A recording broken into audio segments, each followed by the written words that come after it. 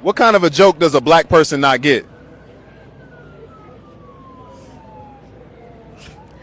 A dad joke?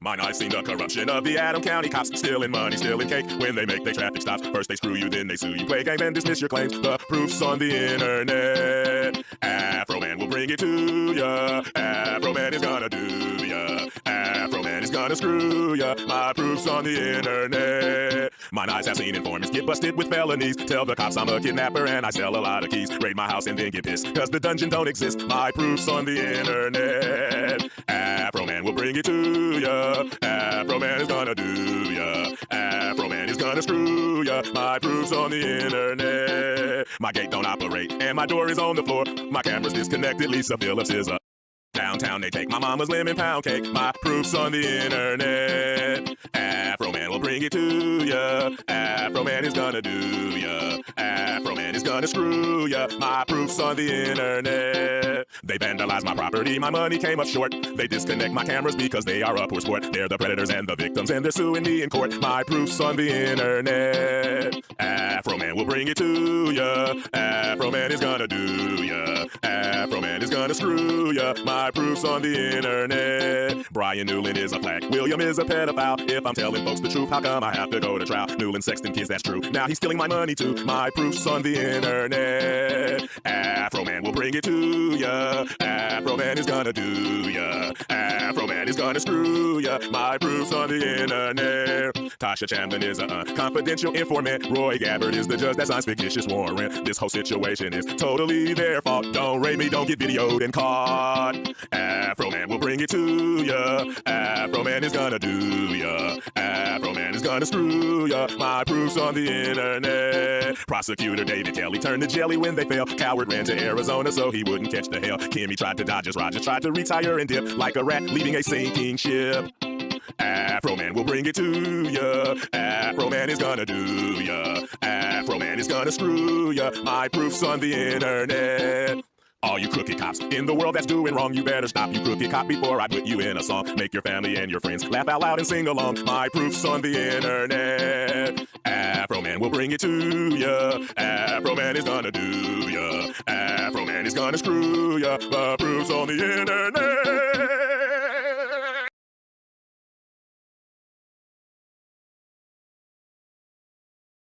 In this house. There's some whores in this house. There's some whores in this house. There's some whores in this house. I said certified freak. 7 days a week. Wet ass P-word. Make that pull-out game weak. Yeah, you effing with some wet ass P-word. Bring a bucket and a mop for this wet ass P-word. Give me everything you've got for this wet ass P-word. Beat it up, N-word, catch your charge. Extra large and extra hard. Put this P-word right in your face. Swipe your nose like a credit card. Hop on top, I wanna ride. I do a kegel while it's inside. Spit in my mouth, look in my eyes. This P-word is wet, come take a dive. It continued along these lines. And it gets significantly more vulgar. Like, a lot more vulgar. Fade in, fade in, fade in, fade in, fade in. No, God! No, God, please, no! No! No! No! Are you bummed that Luke didn't get sort of a reunion with Han Solo? Absolutely. In fact, when I was reading it, I thought, if Leia's trying to mentally contact me and she's not successful, she'll rush to his aid. She'll get close to him and then get into some dire situation, and that's when I show up for a big yay! Save her life. Then we rush to Han and are in the same position that Rey and Finn and Chewie are. Too late to save him, but witnesses. And I say, because it would carry so much emotional resonance into the next film. For us, his wife, his best friend, to witness, instead of two characters that have known him, what, 20 minutes? Well, you're assuming that I train Rey. Exactly. Sneaky. Do I? Sneaky. I know, I have to be really careful. People say, was it difficult to pick up and wield a lightsaber again? And I go, Do I pick up? Is it difficult acting in this movie? Am Well- I in this movie? I can promise you my part is twice as big as it was in Fortune. When I read 8, I told Ryan, I fundamentally disagree with virtually everything you've decided about my character. Who is this guy? How did the most optimistic, hopeful character in the galaxy turn into this hermit who says it's time for the Jedi to end? I read that and I said, what? I mean, that's not what a Jedi does. I mean, a Jedi is optimistic. A Jedi has tenacity. He never gives up. He doesn't secrete himself on an island. But you'll... Something that George initially set out to do was a kind of 3-act saga with these 3 trilogies. And I think we felt that we should honor and respect that. Liar! Liar! Liar! I think that the thing that George never did was maintain the status quo. And I think that that's really important because... Fuck you, fuck you, fuck you, fuck you, fuck you, fuck you, fuck you! I've kind of lost control of Star Wars, so it's going off in a different path than what I intended. But the first 6 are very much mine and my philosophy. And I think that philosophy sort of goes beyond any particular time, because it's based on history, it's based on philosophy, it's based on a lot of things. And you know, the first 3 basically tell you how a democracy turns into a dictatorship, and you end up with a tyrant, the emperor. It's a very important now, where we are now in our political history. And as always, may the force be with you.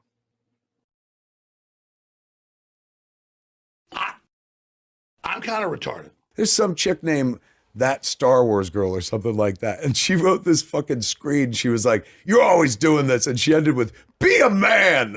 And I was like, what the fuck? I've been struggling my whole life not to be a man. Yeah. Grown up fucking teenager. Not to be the version of a man we thought we were supposed to be. Exactly. Yeah. The man that she was suggesting that I'd be. Like our dad's generation. Who didn't fucking cry. No. Although my father cried. Shove that rod up that cunt's ass. Hey, what are we talking about? That Star Wars Girl. That Star Wars Girl. That Star Wars Girl. That Star Wars Girl. That Star Wars Girl. That Star Wars Girl. That Star Wars Girl. That Star Wars Girl. That Star Wars Girl. That Star Wars Girl. That Star Wars Girl. That Star Wars Girl.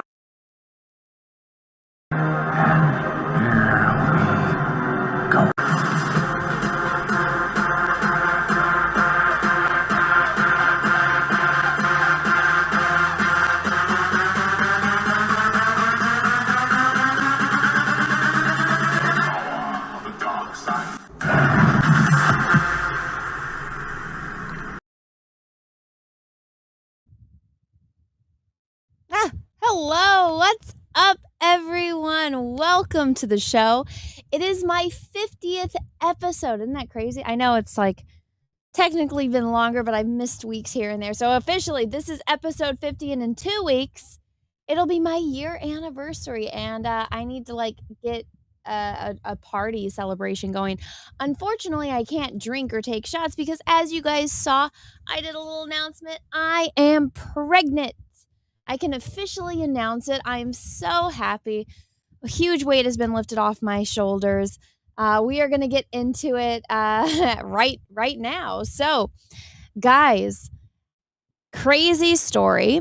So I originally got pregnant in January, so when you have a C-section, if you want to have another baby normally, they tell you to wait 1 year. And once your body is healed after a year, you can go ahead and have a normal birth, like coming out the way it was supposed to, not getting, ripped out and cut open. And I was like, yeah, I don't want to get cut open again. I don't like surgery. That was traumatizing. I wasn't prepared for that mentally, and the recovery is awful. So I waited a year. I got my birth control. I got off birth control the end of November. So that way, takes your body about a month, or at least it takes my body about a month to get back to normal. And so we got pregnant in January, and then on February, like the first week of February, I had a miscarriage. I was super, super upset, the whole crying spiel, and I was I had my first doctor's appointment like that first week of February, which was originally supposed to be for that baby. And instead it turned into a miscarriage appointment. And then I had to go get my blood drawn, and they have to make sure that like once you have a miscarriage, that like your blood goes back to normal before you can start trying again, or else if you try too soon and you do get pregnant, your body sees that new pregnancy as another miscarriage and it'll miscarry that baby. So it's like you have to wait until your hormones return to normal. Fun stuff. So it was really depressing. And then got pregnant again. And as you guys know, I got very, very sick. Now, this is a joke we have going on in my family. Because this baby is due in December. Now, my stepdaughter's birthday is in December, and my daughter's birthday is in December, and this baby's birthday is in December. So, all three of Peaches' children have been conceived on his birthday.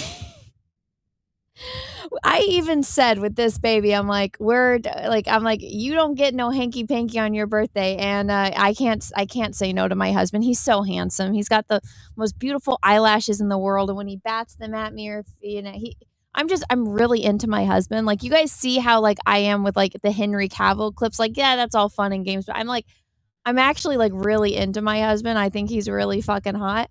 And if he wants to do it, I can't resist him. He's so good looking. I mean, I'm into him. Like he's got everything I like. So it's hard to say no to him.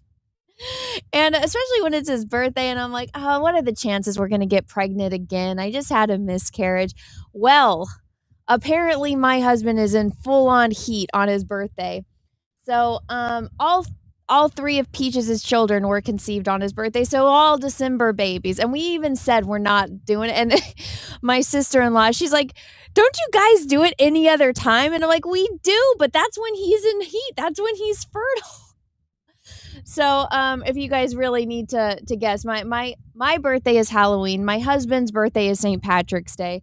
So we always have fun on St. Patrick's Day. So Peaches, congratulations. For always hitting the target on St. Patrick's Day, which is his birthday.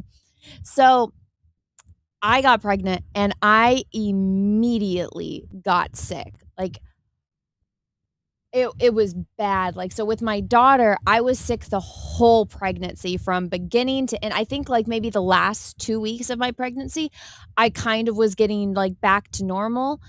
I mean, as normal as you can get when you have 50 extra pounds on you and like you're giant and you're going to doctor's appointments every day.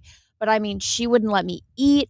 I was throwing up constantly. I had terrible headaches. My stress and anxiety were through the roof. And I thought that was normal because I'd never been pregnant. I'd never gone through pregnancy before. So that was my first experience. And I just thought everything was normal. They're like, no, you're super high risk. You have the eclampsia thing. You're about to have a stroke. Your blood pressure is 200 and something over 1 something. Like they were like, you cannot leave the hospital. It's not a matter of if you're having a stroke. It's a matter of when. Like, we're surprised you haven't had a stroke yet. And I'm like, then stop stressing me out. So the first 15 weeks of this pregnancy was hell. So much worse than with my daughter. I was throwing up to the point, like just in a matter of an hour, like to the point where there was nothing left. It was just blood. Like I was burning my esophagus with all the acid. I didn't know that there was like that much in me to do it. Anna, you're pregnant again. Hey, you want to see?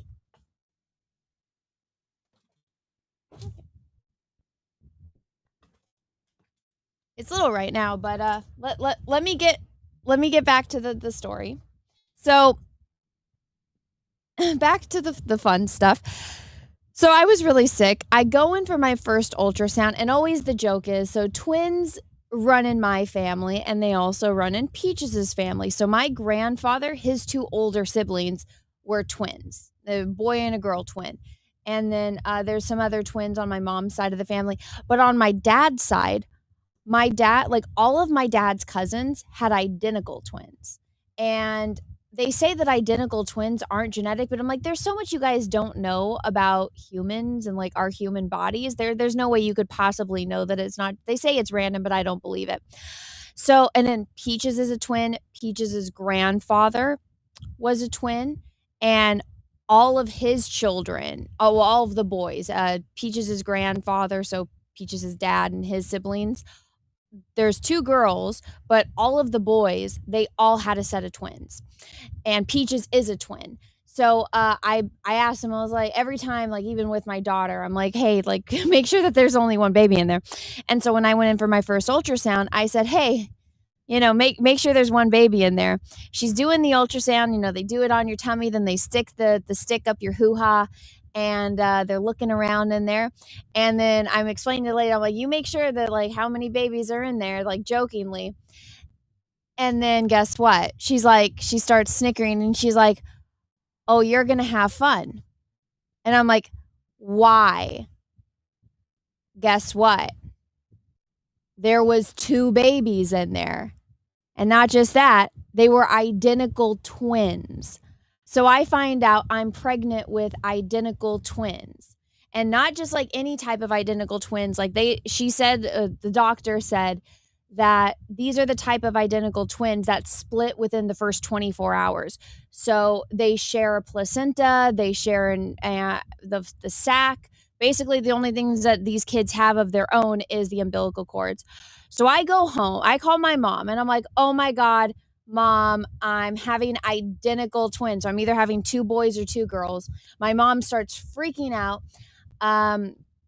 So I talk to my mom, I drive home, and I'm like, I'm recording Peach's reaction. So I get my phone out and I hand him the ultrasound, and it's got A and B on it. And I'm like, hey, Peaches, like, look at this. And he's like, what? And he's like looking at it. You know, he says, he's like, if it would have been 1 and 2, he would have gotten it. But I was like, it's identical twins. It's twin A, fetus A and fetus B. It's identical twins. And he's like, no way. And so we're all freaking, we call our parents, or I already called mine, but, and I had called my dad too. So we just basically waited for Peaches' parents. His mom starts screaming. His dad was laughing. And then the next week we go to my doctor's appointment, and I sit down and I'm like, oh yeah, like we're excited to have the ultrasound with the pictures of the twins. And then the girl, the doctor, comes in and she's like, so I hear we're having triplets. And I'm like, what? What do you, like triplets? I'm like, I was told that there's 2 babies. I was told I was having 2.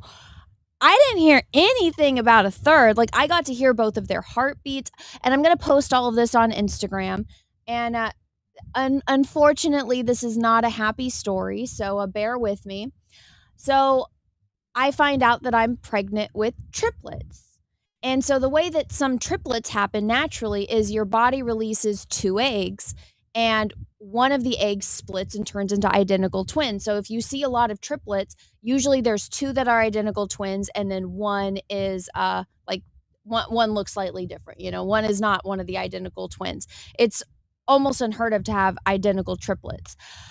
But so I'm like, what? And she's like, yeah. So according to the report that we got from the ultrasound clinic, you have the identical twins, but then there's another sac with another baby in it that's behind that they couldn't get to. So we're going to order you another ultrasound. It's going to be rushed. It's going to be at like it's got to be a rushed ultrasound, and they have to allot you more time because they have to and she said it could be uncomfortable. They might have to move things around to get the angle, because the way that it's the way that the ultrasound works is that the one with the identical twins is in front, and the one with the third baby, the triplet, is behind it.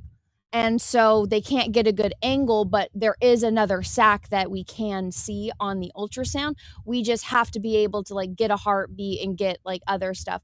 So I'm like, and then me and Peaches, we went from being excited about twins to being stressed out. I want 3 more children. I want 4 kids in total, right? I did not expect to have them all at once. And so me and Peaches, we go from being excited to, we need to buy a bigger car. We need to add on to the house. And I'm like, how am I even going to be able to work? It was okay. What am I going to do? I was mentally, I'm like, I think I can deal with 2 babies and my toddler. I think 3 babies with no help. I'm like, babe, like my mom's gonna have to come down and stay with us. Your mom, I'm gonna have to go up and like stay with my mom or your mom or like, which both of our mothers would love to help out with a bunch of babies, but we just went from like being so excited to being stressed, and we're like, oh my God. And we're like, well, I mean, we were excited, but like it was that, oh shit, we have to sit down, like what what is going on? And so the reason why I got so sick so fast is because my body got hit with 3 times the amount of hormones that a normal girl gets during pregnancy. So when I had to go do the blood test, they tell you how much the hormone is that you have when you're pregnant. And when mine was supposed to be at like about 15,000, I was at 29,000 and climbing. So I I was not doing good. Like I couldn't stay awake, and if I was awake, I was throwing up. And of course, I told Cecil, I told Nina, I told Rhino, and I told like my core group of like online friends, and I'm like, guys, I'm fucking dying. Like it's hell. Like it is awful. And so, after finding that out, I went to the rushed ultrasound, and now this is when it gets sad. I go into the ultrasound. They have it on the thing that it's triplets. I go in, and then the lady, like, it was hell because you have to chug water because you have to have enough the fluid in your tummy to to be able to like register the babies. And water makes me sick. Like I can't drink it. Water, I don't like the taste of it. It makes me sick to drink. So my appointment was at like 6:30 in the morning. I had to wake up at 4 and start chugging water. So I'm chugging water and I have to pee so bad. I go into the ultrasound and the lady's like, why didn't you drink water? I'm like, I have been chugging water since 4 in the morning. What are you talking about? So she makes me walk around the hallway. She's like, go walk around the hallway for 10 minutes and keep chugging and maybe like the water will move down. And I'm like, I have to pee so bad. If I walk around and chug water for the next 10 minutes, I'm going to explode. Doesn't matter. She makes me do it anyway. And there was this creepy lady that kept watching me. I'm like, oh my gosh, go away, Gladys. She reminded me of Gladys from that Weapons movie.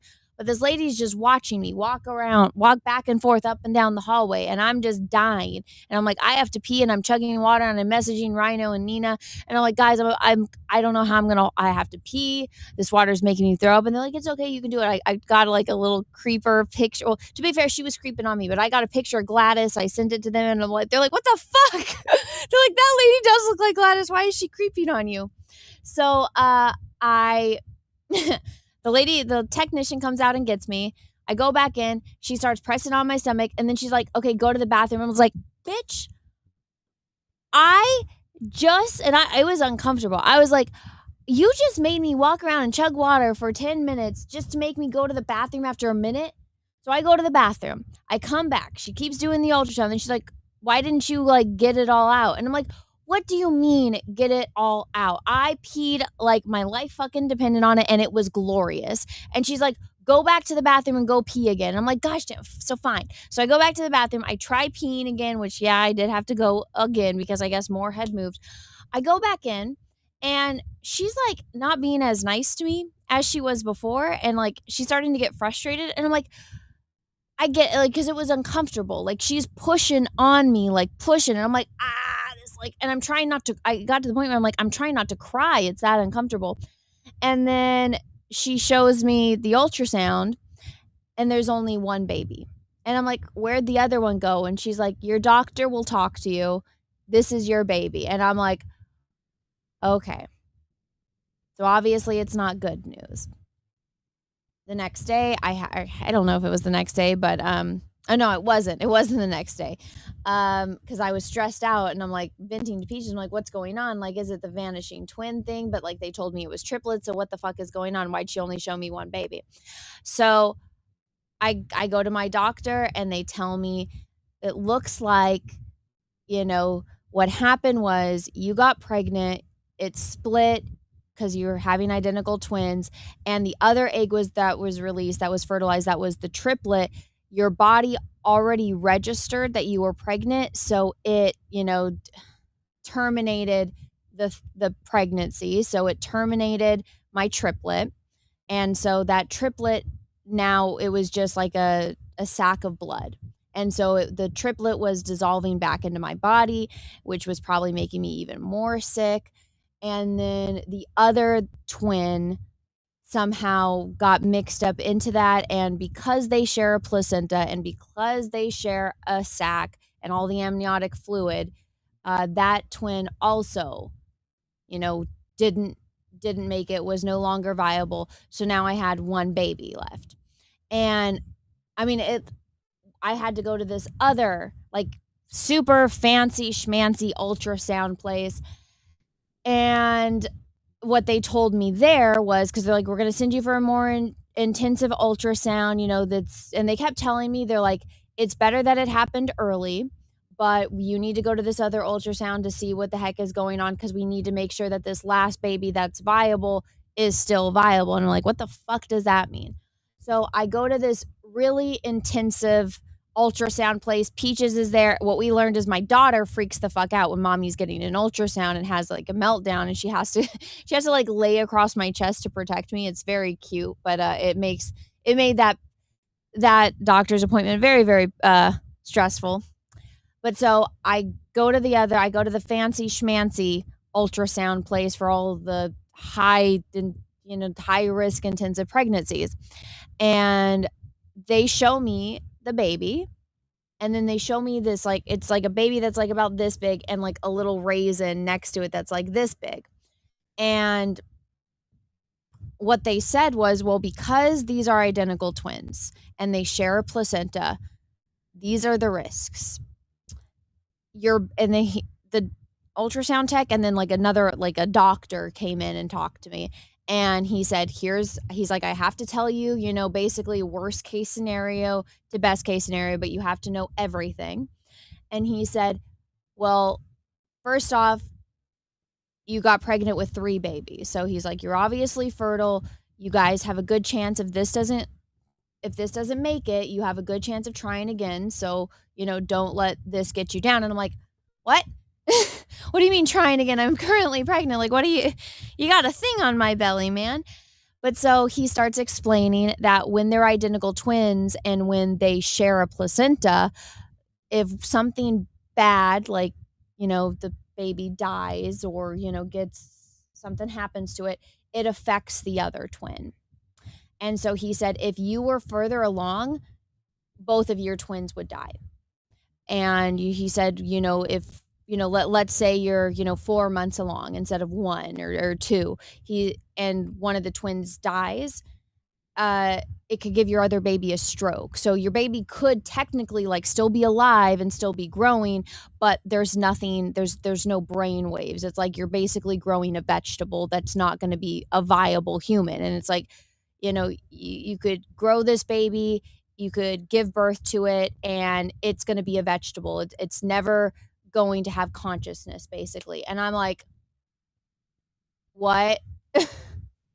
What are you talking about? And I'm like, I didn't know this about fucking identical twins.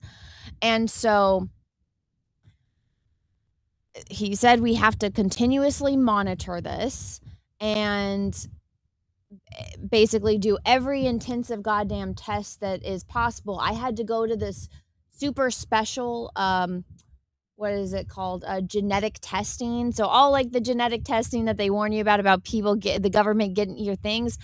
Well, they got all my goddamn genes now because I was worried about my baby. Now, I did all the genetic testing. Of course, the first time I did it, everything came back negative because it was still reading the other 2 babies, the ones that didn't make it.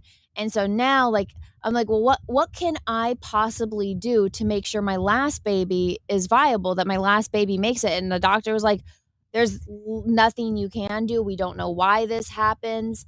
And I'm like, well, I didn't do anything like differently. Like, if anything, I've been a little bit better than with my first pregnancy because like I can still drive. If I need to function, I can. And like, I'm obviously throwing up and it's hard to stay awake, but so those 15 weeks where I was really sick and like, not doing too well and Cecil was hosting the Jack show and I was kind of MIA off the internet.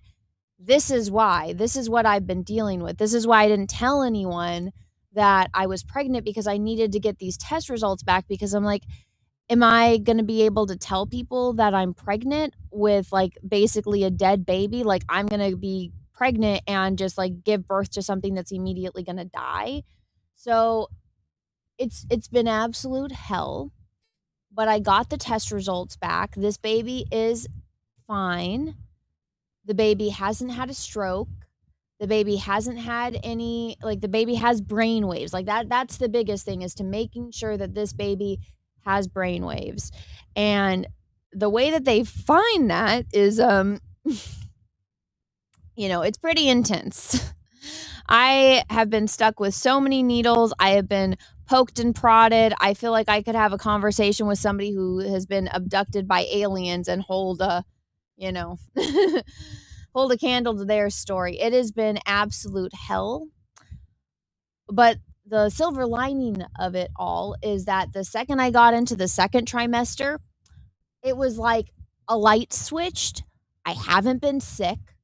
I mean, the only thing that's been wrong with me is that I've been like a little bit more sleepy. Pretty much the second the sun goes down, I go down. I'm just tired. That's what she said, by the way. So I test results back. Baby doesn't have Down syndrome, doesn't have any of the syndromes that, you could possibly have. The baby hasn't had a stroke. The baby is growing. The baby has brain waves.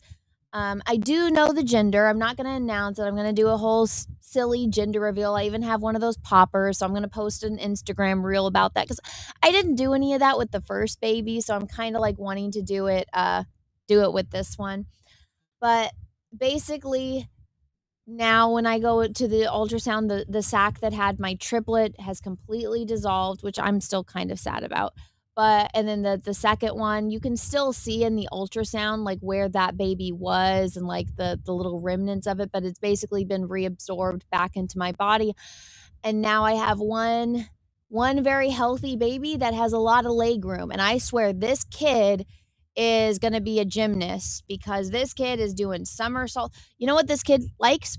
This kid loves spicy food, which I love. I love spicy food, but this kid is the exact opposite of my daughter. It's like, Mom, fucking feed me. And I'm like, you ate your siblings. Like, how much more food do you need? This is like my Augustus Gloob child. But this kid is like, eat. And it's been nice because I haven't gained. Well, I mean, I've got, like, my weight has stayed the same, but my belly has gotten bigger. But this kid is like, Mom, fucking eat. And I'm like, all right, it's nice. I can eat. This kid made me start kind of liking water. Like, I know it makes me sick if I drink too much of it, but now it's like I can drink water. This kid is like, Mom, get that steak and inhale it. Mom, eat the spicy food. Mom, make a quesadilla. Mom, I want chicken. I want beef. I want ice cream. And I'm like, what is going on with this child? Like, this is the most hungry little kid I've ever encountered. So I already know this kid is going to be, is going to be eating quite a bit. But yeah, and you know what, this baby, I like to sleep on my right side. Like, I'll sleep on my left side, but I'm a side sleeper. This baby is like, if you sleep on your right side, Mom, I'm going to be doing gymnastics. And it's like, oh my God, child. So, this baby, Anna is pregnant with Galactus. Basically, I am. Oh shit, what did I do? I am pregnant with Galactus, apparently. That can be my baby's, that can be my baby's nickname. This baby is called Galactus. Opposite of your daughter. Yeah, but all babies are different. Like Peaches' mom, she had 4 boys and she said each pregnancy was different. But this is a hungry child. So after all that hell, after being told I was having identical twins, to then that I'm having triplets, to back to one baby, back to, is this baby even gonna make it? And like just the stress of that, like, it's been a lot. It's been a lot. But you know what? My baby is healthy. Everything looks good. My next doctor appointment is, I think, next week. And then I know it's actually in 2 weeks. My next 2 doctor's appointments, it's the 30th and 31st. So I'm excited about that. And it's been going. Yeah, but so that's why I waited so long to announce this pregnancy, is because like I didn't know what was gonna happen. I didn't know if it was gonna make it. I didn't know. So it was very stressful. It was very depressing. But you know what? At the end of the day, I have one healthy baby, and that's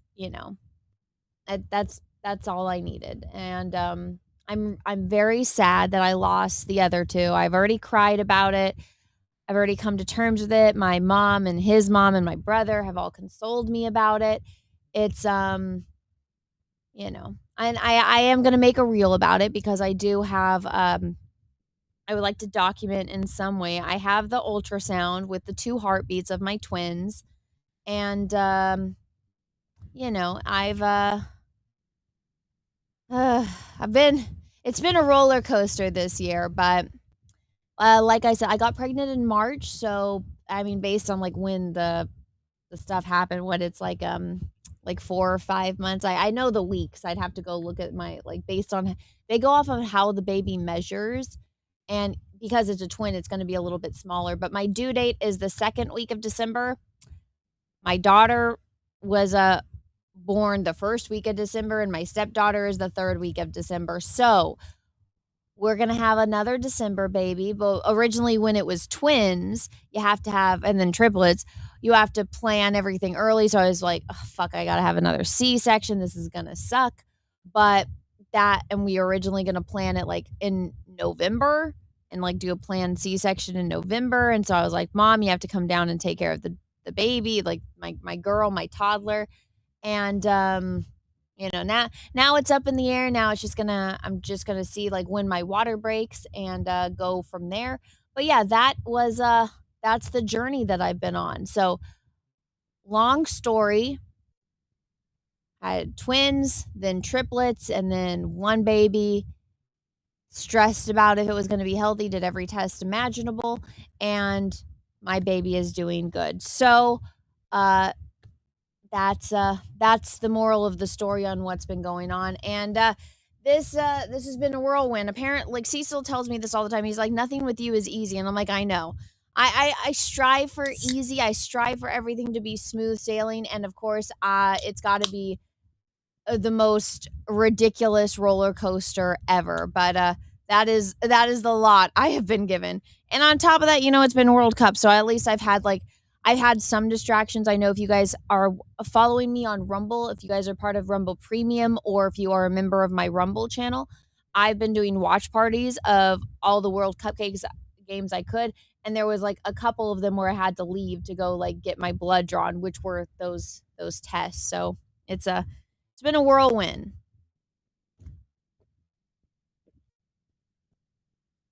I am.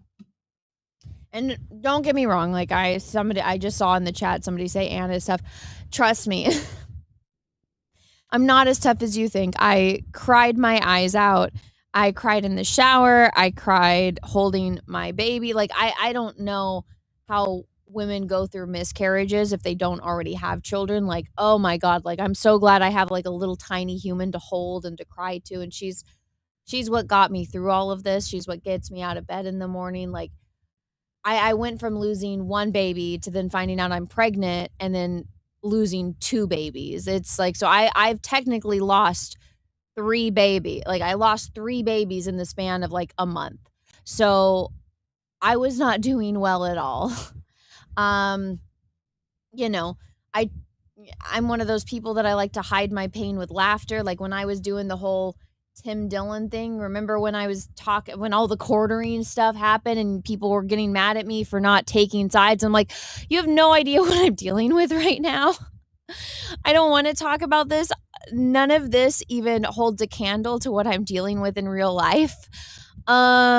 You want to say I'm a terrible person because I'm not talking about this right now? You have no idea what it's like to be in my position. And yeah, like I think Tim Dillon is hilarious. So yeah, the glasses, just in case I didn't start randomly crying, because my mood swings with this baby are crazy. Like this is how stupid like pregnancy mood swings are. My daughter picked up a leaf and handed it to me, and I cried for 20 minutes because I thought it was the sweetest thing ever. And I'm like, tears of happiness and sorrow. It didn't make any sense. So, like, I haven't gotten mad though. I did it in the beginning. Around Mother's Day, I don't know why I was just so fucking pissed off that day, but or what was maybe it wasn't Mother's Day. It was some stupid holiday, but I just remember I was like irrationally angry, and it's obviously because I'm pregnant. But yeah, so the Tim Dillon thing, that was me trying to mask my stress. I also thought it was fun. It was fun to do, but that originally was because I was going in for that day when I had to like in the stream and like rush off. That was the first, or that was one of the intensive ultrasounds to like check on if my last baby was viable. So I was pretty stressed out and I was pretty irritated to have to be talking about, and that's why I said, I was like, you guys annoyed me enough to where I'm talking about it. And it was kind of therapeutic to get out of my like system, like something that had like just say like frustration, and it's like, here's all this stupid drama that is completely fucking pointless in the grand scheme of things, but it did distract me for a minute about what was going on in real life. So at the end of the day, I don't know, double-edged sword type of thing, I guess. But all of that stuff, I'm like, this is so goddamn stupid in the grand scheme of things. And I just when you get faced with real life situations, all the stuff on the internet, especially when it has to do with other people, I'm just like, my threshold for caring has been significantly lowered when it comes to all of that stuff. The Tim Dillon look was cool. Thank you. It was to hide my pain and my stress, because I can't hide like my emotions. I'm not an actress at all. Contrary to what people on Twitter want you to believe, I have no desire to act or to be an actress at all. I did like plays when I was in high school, but you get out of doing regular school, and it's kind of, I mean, it's fun hanging out with your friends and like you just memorize lines. I'm like, I'm not Daniel Day-Lewis type of person. Like that's not in my area of interest. Okay. And I can't hide. I cannot fake my expressions. I can't. So it's like, yeah. How do I hide that I'm extremely stressed out and on the verge of tears every 2 seconds because I have this intensive doctor's appointment to find out if like I've lost all of my babies? Let's act like Tim Dillon, or let's just put on a Tim Dillon costume and talk about internet bullshit that doesn't matter at the end of the day. So that's what I did. So for those that want a little bit more explanation, there you go. That's what was going on. So I apologize for not being as upfront about it, but that's kind of something that you keep private within the family. Like they even say it's bad luck to announce that you're pregnant before the first 3 months, because like such a high risk of the pregnancy not lasting. So that is what's going on. So I apologize to all of you guys for, not just being upfront about it, but it is bad luck and you're really not supposed to. So, and I had to come to terms with it all on my, well, I mean, not all on my own. I have Peaches, I have my baby. It's, it's been a serious whirlwind roller coaster.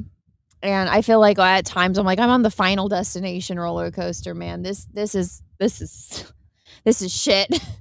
But that is what's been going on. And now it's been confirmed I have a healthy baby, got brain waves, I know the gender, and me and Peaches are so excited. And yeah, I think after the twin thing and then the triplet thing, he is like, this is it, this is the last baby. I'm like, no, I still want 4. And he's like, no. So I think like Peaches is just as traumatized as I am. And I mean, it's hard because when you're a guy, it's like you can't do anything.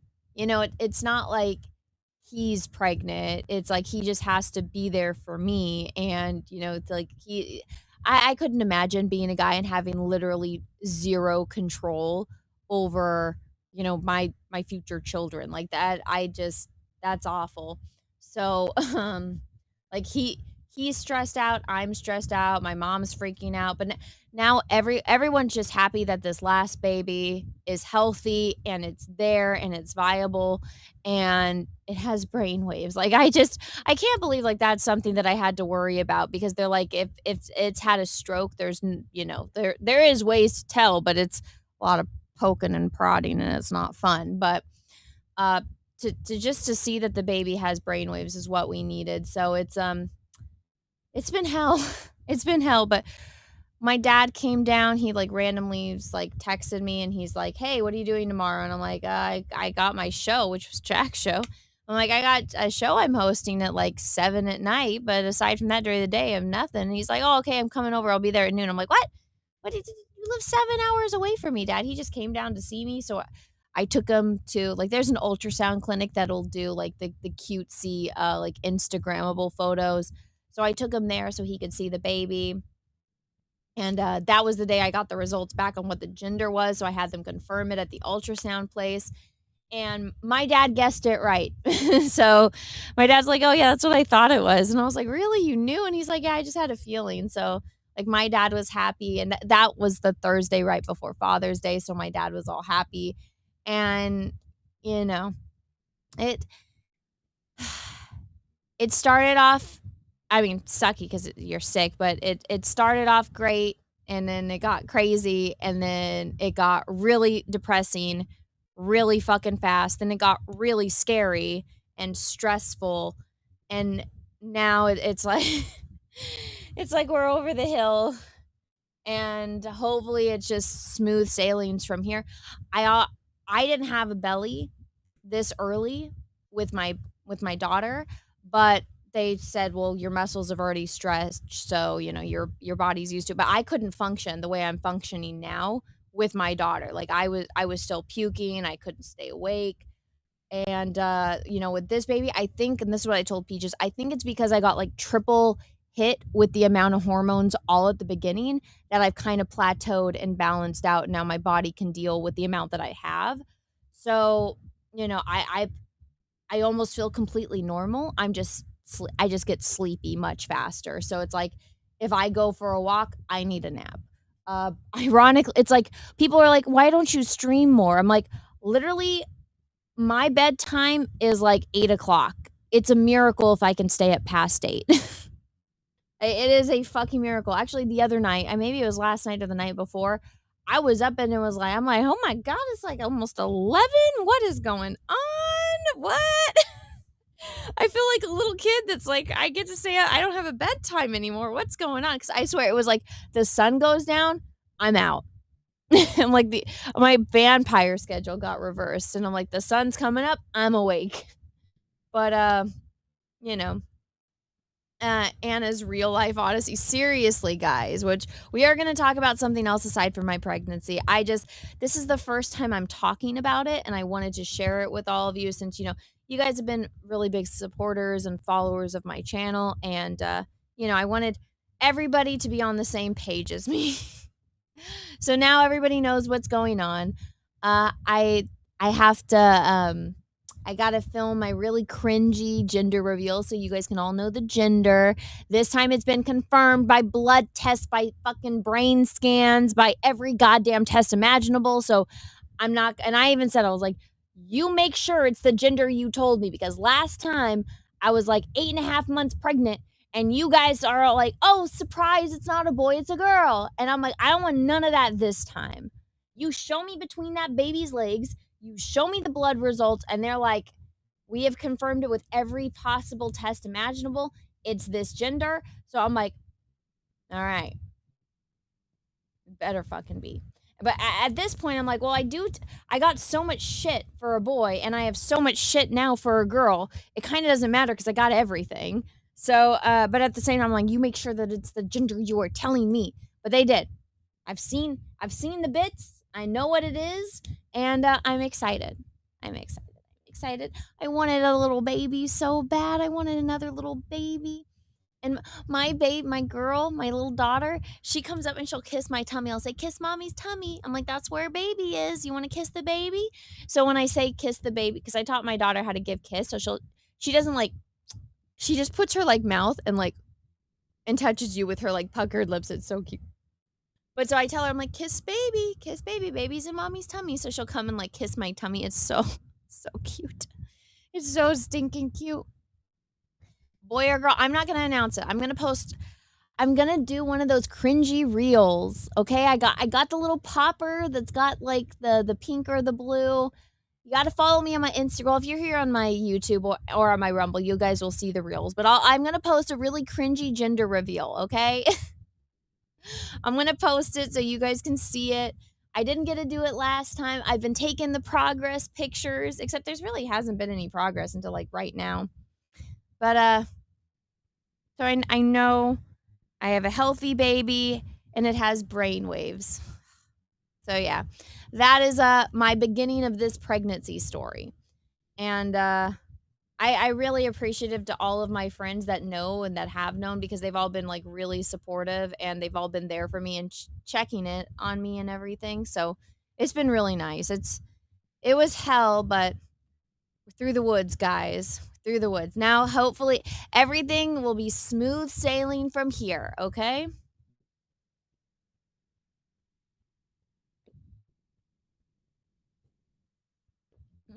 Okay, let me read some of these super chats, which, by the way, everyone, thank you. Okay, I'm going to read the YouTube ones first, and I'll actually, how many do I have? Let me see, Rumble rants. Do I even have Rumble pulled up? I don't. I did have it. I thought I had it. Also, guys, please smash the like button, please, and thank you. Oh my god, thank you, everyone. Okay, I have less Rumble rants, so I'm actually going to read those first, and then I'll read the YouTube ones. Mr. Canadian, thank you for the 5. Portugal, USA, and Canada all made it equally as far in the World Cup. I have to be up for work in 6 hours. I don't know how much I'll be able to watch tonight. I'm happy for you and your growing family. Well, thank you. Good night, and yeah, I know. I was kind of disappointed, but it is what it is. Comics Crazy Lingo, thank you for the $20, my dude. Congratulations, Anna Peaches on the baby 2.0. Maybe it'll be twin. Here's something for the upcoming massive milk machine that'll be needed, and diaper fun. Thank you. Comics Crazy Lingo gifted 1 subscription. Well, thank you. Also, guys, I'm just going to put this out there. I'm going to do it if I have enough energy after this stream. I'm going to be doing a Rumble premium stream. So only my members on Rumble. You have to be following me on Rumble. You either have to have Rumble Premium or be a member of my Rumble channel. I got a magical ticket to see a little film about Ulysses that's out right now. Might do that on Rumble Premium, so make sure you follow me. Rag Fry, thank you for the $5. Diaper Fun, well, thank you. The Mexican Junior, thank you for the $25. Congrats on the new baby, regardless of the gender. Name them after Tim Dillon. Thanks. My stepdaughter already has strong opinions on what at least the first letter of the name should be. She really wants me to name this baby a name with an S. I don't remember. It's something about what it makes with all of the kids, like the initials with the first and last name of all the kids. So she very strongly wants this baby to be a name with the S. I had a couple names with an S, but I think this is going to be the same thing. So with my daughter, obviously we thought it was a boy, and I'm like, Peaches gets to name him. I wanted the baby to be named after Peaches, but Peaches, he didn't want a junior. So he had another name, and I'm like, well, it's your boy. Like, in my opinion, I think every man should, get at least in the firstborn son, like that's your son. You should get a name your firstborn son. I feel like that's kind of like a boy, like a pride kind of thing. That's just how I feel. If you don't feel that way, then that's fine. But like Peaches had a name, and I said, if you don't want your first name, like at least use your middle name for the baby. So we had a cute little name picked out for when it was a boy. And, then we found out it was a girl, and I had like my top 3 girl names picked out. I have the baby, and I'm like, these aren't her name. Like, none of these are her name. None of these fit her. This isn't her name. And it was like day 3 or 4 in the hospital. And they're like, Anna, you have to pick a name for the baby. You can't leave the hospital without the baby name. And I'm like, you're stressing me out. And I remember it was like 4 a.m. I have the baby on me. and she's so little and so cute. And I called her every goddamn girl name I could think of. I like any goddamn name, like any girl name, and I'm calling her a name. I'm calling her a name. Nothing works. And then I finally am like, it all of a sudden hits me, and I'm like, and I call her this name, and I swear she like looked up at me, and I'm like, oh my god, that's your name! I finally found it. So I kind of have a feeling that's going to be the situation with this baby. Like I randomly like got hit with this one name, and I really like it, and Peaches is like okay about it, but we'll see. So I have a new list of names that we'll see. We'll see, but I asked Peaches to think of names, so me and Peaches were like, I think as we get closer we'll kind of figure it out. But I have a feeling it's going to be the same situation where I don't know the name until I meet the baby. Hold on. I just heard something.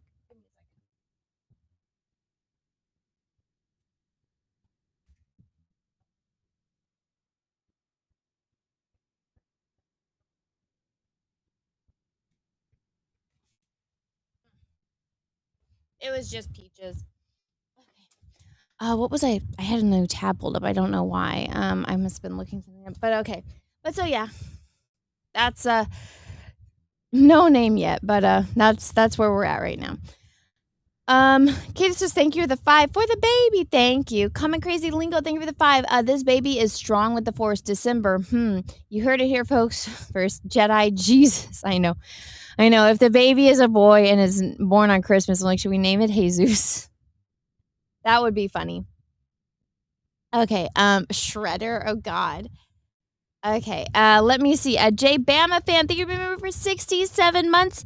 Woo! Birthdays. Congrats, Anna, on the baby. Thank you. Then Jay Bama for a 2. No worries. Cecil and I will drink for you. Well, thank you. Yeah, that's obviously why I haven't been drinking. Russell Hall, thank you for the 2. I trust you've had ample time to shop for canvases. I actually haven't.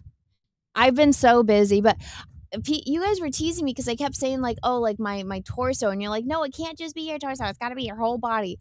I'm actually going to make this artistic because I want my belly in it. I want a belly. My baby bump. Yeah, whatever. You guys want the boobs. I want the baby bump, the torso of it. Deranged Lunatic, aka DL, thank you for becoming a new member. Thank you, dude. Crouching Taylor Hismith, thank you for the $2. Portugal got lashed at it. Oh my God. Yes, I'm going to read all these super chats and we're going to talk about it because I got some things to say about World Cup. So, yeah, we're definitely going to be talking about it. Russell, thank you for the 5. I'm very sorry for your ordeal, Anna. Truly, I am, but you left us alone with Cecil. Russell, I listened to that Jack show. You did great. There was times where you talked over people a little too loudly, but I think that Cecil does that all the time. I do that all the time. Because I was watching Ethan, EFAP, and he just kept talking about random fucking shit. And so I was like, God damn it. Like, because I guess Chrissy talked about some of the drama about getting fired from FNT, but Ethan was talking about it on Trashcasts. And so Ethan was actually annoying me because he wouldn't, like, he kept getting off topic. And I'm like, no, follow the goddamn topic. But he was like arguing with the chat. So I paused and I listened to Jack's show. No, Russell, you actually did good. I'm surprised. Congratulations. But you seemed fine with Cecil. I think you like Cecil. And guys, Cecil is far more entertaining than I could ever dream to be. Just go watch his stuff. That's why, speaking of the quartering, he said like one of like when he, a night when he was out and somebody like recognized him, was like, oh my God, are you the quartering? He's like, yeah. And he's like, do you know Cecil? And he's like, yeah. And so the guy had quartering call Cecil so he could say hi to Cecil. And he's like, he's like, I want you to know, like, this is like one of the worst moments of my life. But Cecil tells the story much better. I'm paraphrasing completely inaccurately. He said something along those lines. But listen, like, I was a fan of Cecil, and he's nowhere near as many subscribers as I do or as other people do, but he's the real, as much shit as I give him, he is the true YouTube star. It's just a matter of time before he hits an algorithm, right? Or gets back onto YouTube. But you did fine, Russell. Russell, thank you for the 2. Also, have you been hoarding pee sticks? No, I throw them away, but for that, Peaches was teasing me because I was like, after the miscarriage, I was trying so hard to get pregnant again. And originally, like, I was like, oh, maybe I'll take like 5. And then it turned into like basically me peeing on a pee stick like every other day and just like freaking out that I wasn't getting pregnant. And I kind of went a little bit crazy after the miscarriage. And you don't, at least for me, it doesn't show up on, like on a pregnancy test that I'm pregnant until I'm at least 6 weeks pregnant. So it was, that was basically like just me getting stressed. And I wanted to know how many pregnancy tests I actually took, which looking back at it, I could have just gone and, looked at my like receipts from buying them, I guess. But, that was a lot of pieces. Well, I was really desperate and trying to get pregnant. So, it worked. But yeah.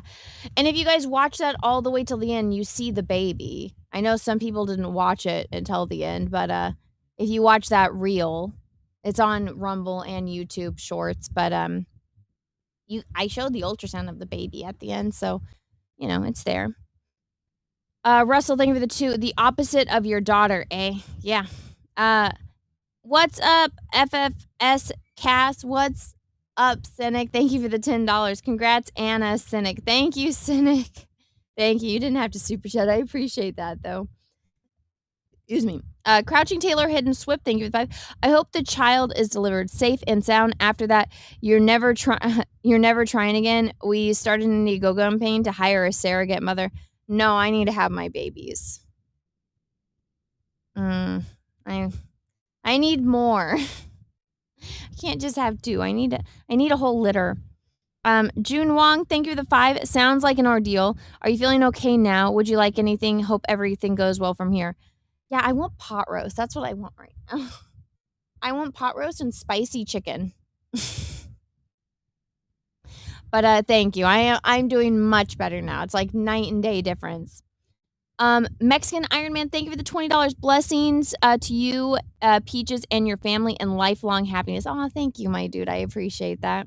Also, that's also why I didn't get to go to the Stargate thing, because I had stuff going on that day, and I couldn't go to LA.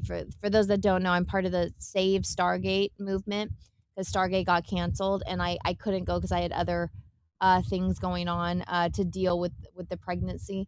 So that's why I couldn't go. I also didn't want my baby's face on the internet, which I would have had to taken her. So those are my 2 reasons why. Dog Brewski, thank you for $4.99 again. Congrats, thank you. Russell, thank you for the 2. Your dad was really happy, eh?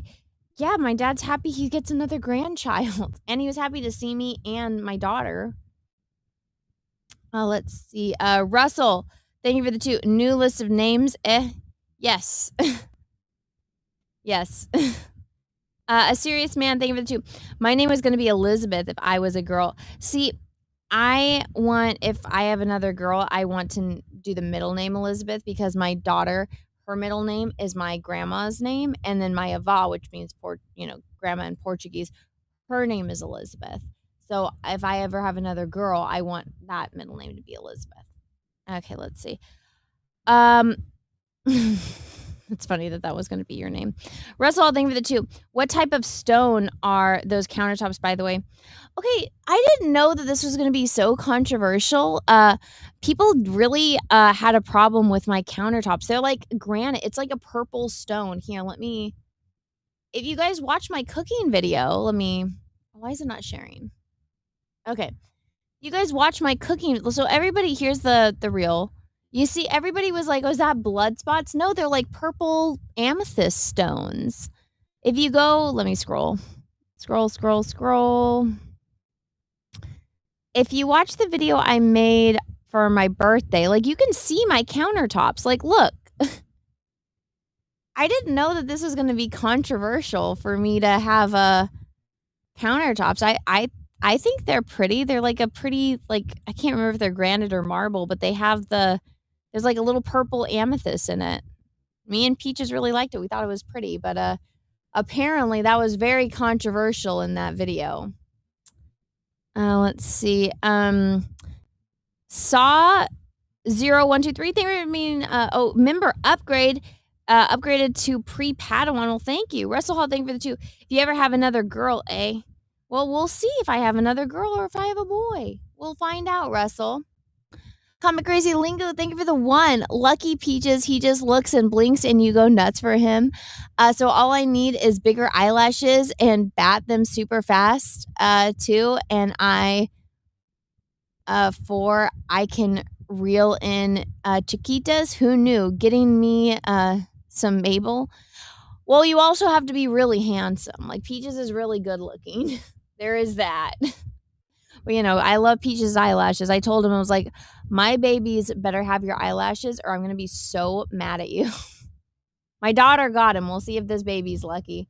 I got to go to an Asian lady every couple weeks and get these ones put on for me.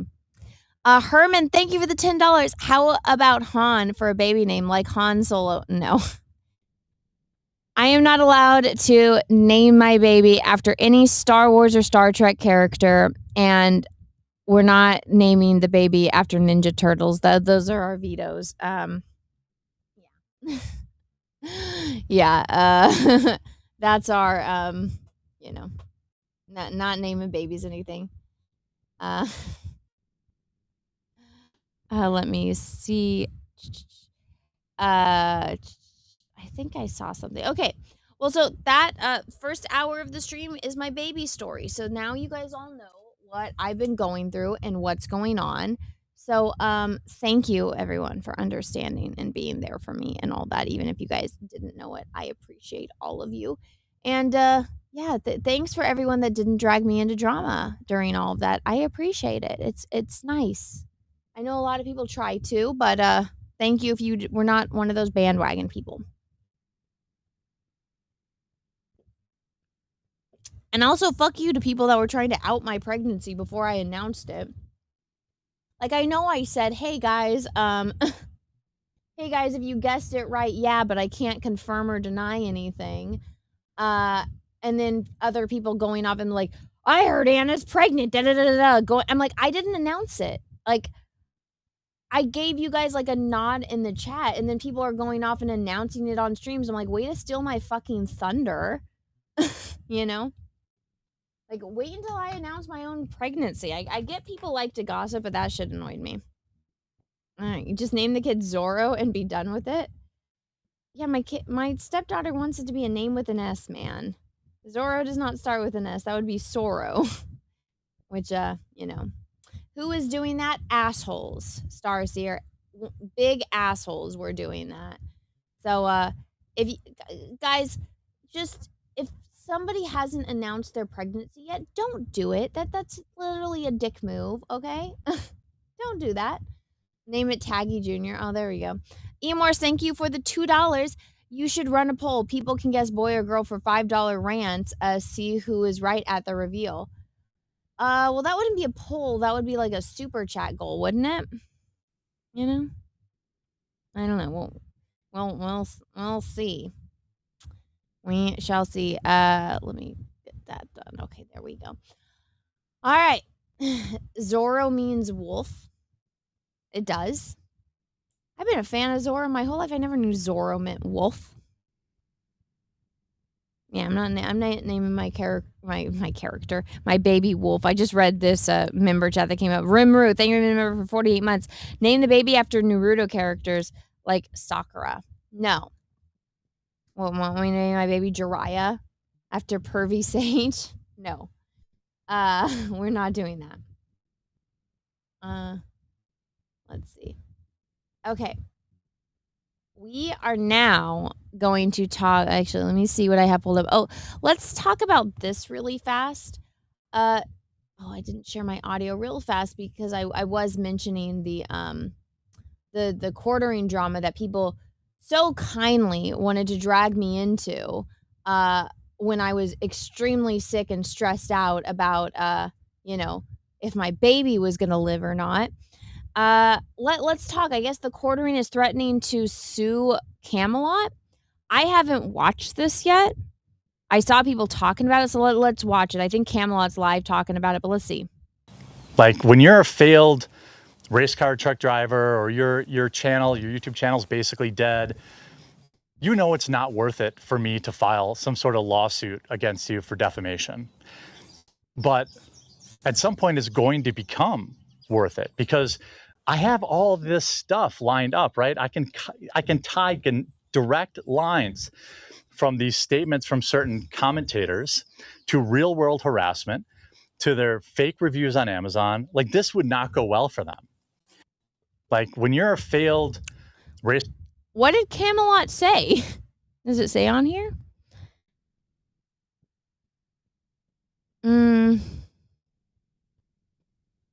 Okay, well, from what I know is that I guess he's having trouble.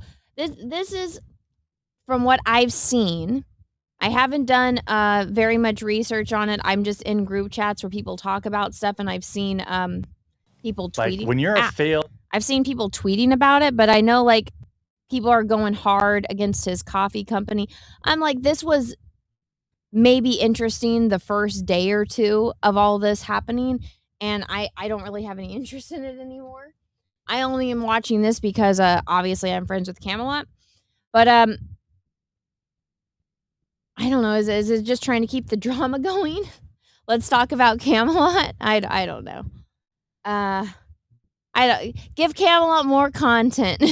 He's probably gonna go make a couple $1,000 covering this and doing like the whole my channel's under attack. Look, is he live right now? Is he showing up on here?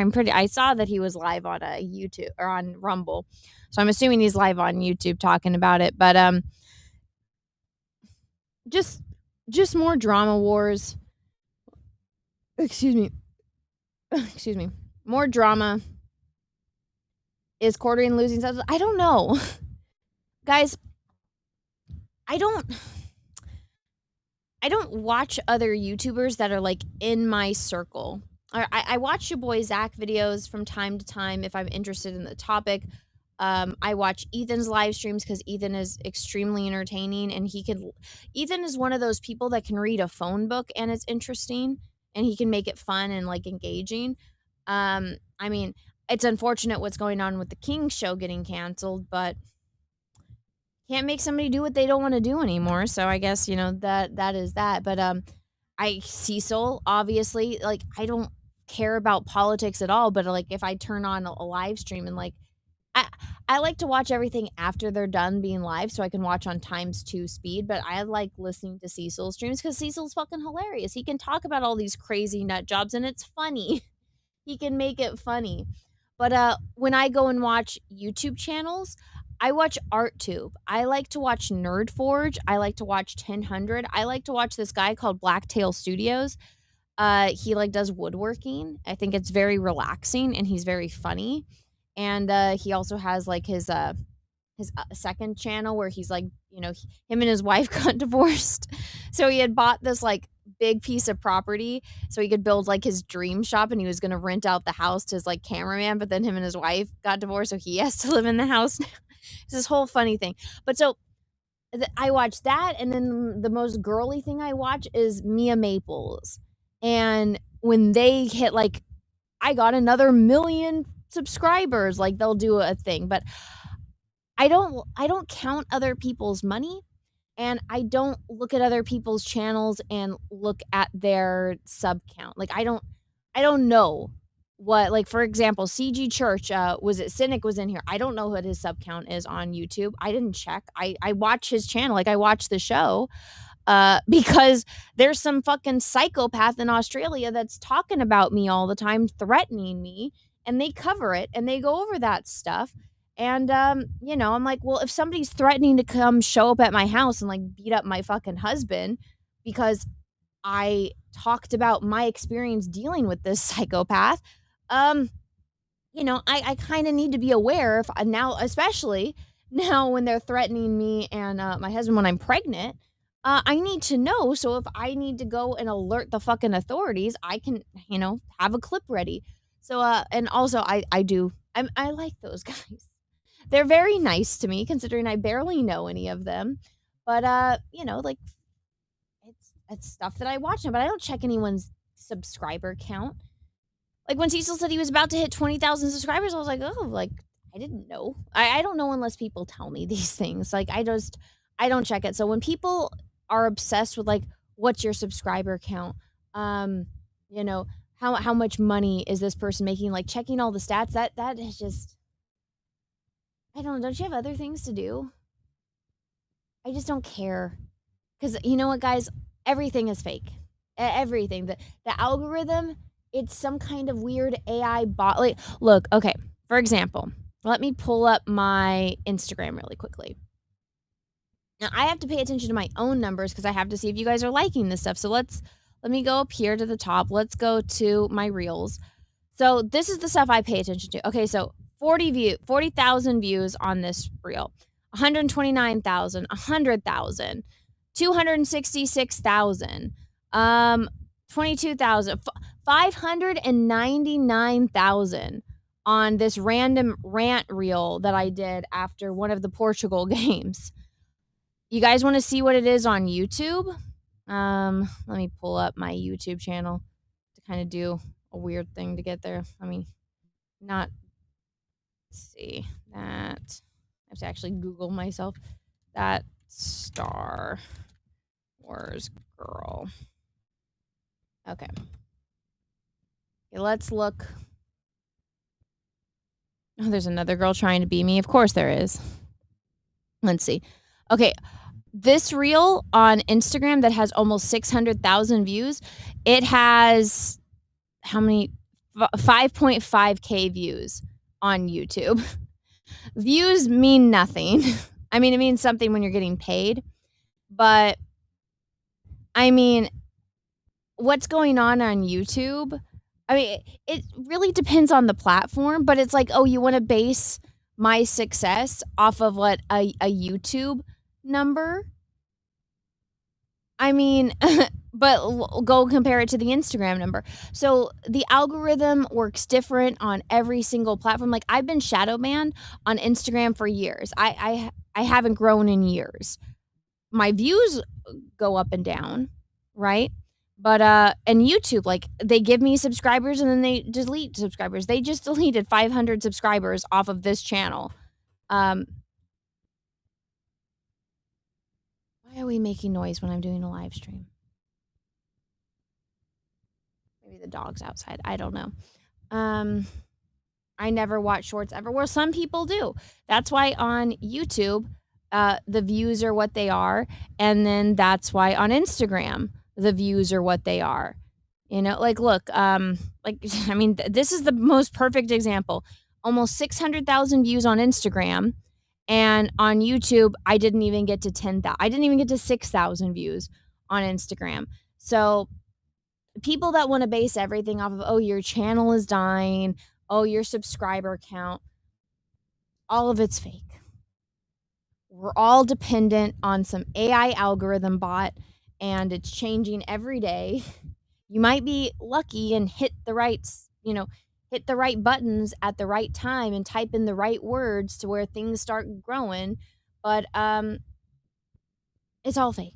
It is. I was having this conversation yesterday, I believe it was yesterday, with someone about being a YouTuber and being like doing all of this. And it's it just, the best thing I can say is just be you, be authentic, and worry about yourself. You know, it's kind of like when you're on an airplane and the oxygen mask comes down and they say you have to save yourself before helping someone else. Like put your own mask. So my advice to other people, worry about yourself, get your shit together. And if you really want to go count someone else's money and count someone else's subscribers, I mean, good on you. But that's just never been my thing. Plus, I hate numbers. I'm an anti-number person. I like the number 5 because that was Luke Skywalker's number when he blew up the Death Star. I also just like the number 5. But aside from that, I don't really know. I don't really care. Noise, static, doesn't matter. No, there was a noise outside. It must have been one of my dogs. I just get Like, why? Why must we make noise? I do, what, 1, 2, 3 live streams a week? You gotta do it right now, you know? But that's dogs for you. Okay, let's see. Also, Fives from Clone Wars. Yes, Fives was my favorite clone. Let's see.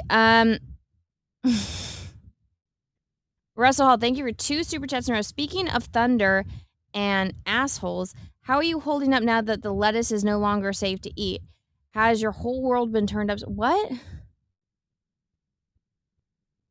I don't eat vegetables at all, Russell, but I don't understand the innuendo. I actually don't understand. Sometimes I get your weird innuendo, but what is eating lettuce? What kind of sexual innuendo is that? Can somebody in the chat tell me? Because I don't know. Russell, thank you too. Oh, also, Gates McFadden has some lettuce for you. Is that supposed to be a pussy joke? Is lettuce supposed to be pussy? No, thanks. Not interested. Okay. And I'm all caught up on Rumble rants. Let's see. F. What do you mean F? What's the F for? Can you guys not see me? Oh no. Whatever. Don't ask Russell. Stay away from it. You will be on the what?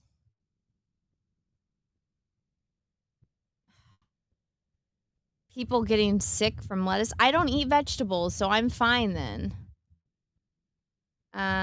Stream was glitching for you? That's not good. Come on. So I'm getting bit by mosquitoes again. I got this Benadryl stick that's supposed to stop itching, and it does not work very well. Okay. Well, guys, we have talked about the baby. Let's talk about World Cup or Odyssey. Oh, well, actually, let's talk about this real fast. So, I don't know what goes on with other people when they watch sports, but obviously, I'm Portuguese and I'm a fan of Ronaldo. I've been watching Ronaldo since I was a little kid. Since like what, 2006? In like his first World Cup. Was it? I don't know. I was a little kid. I think it was 2006, right? I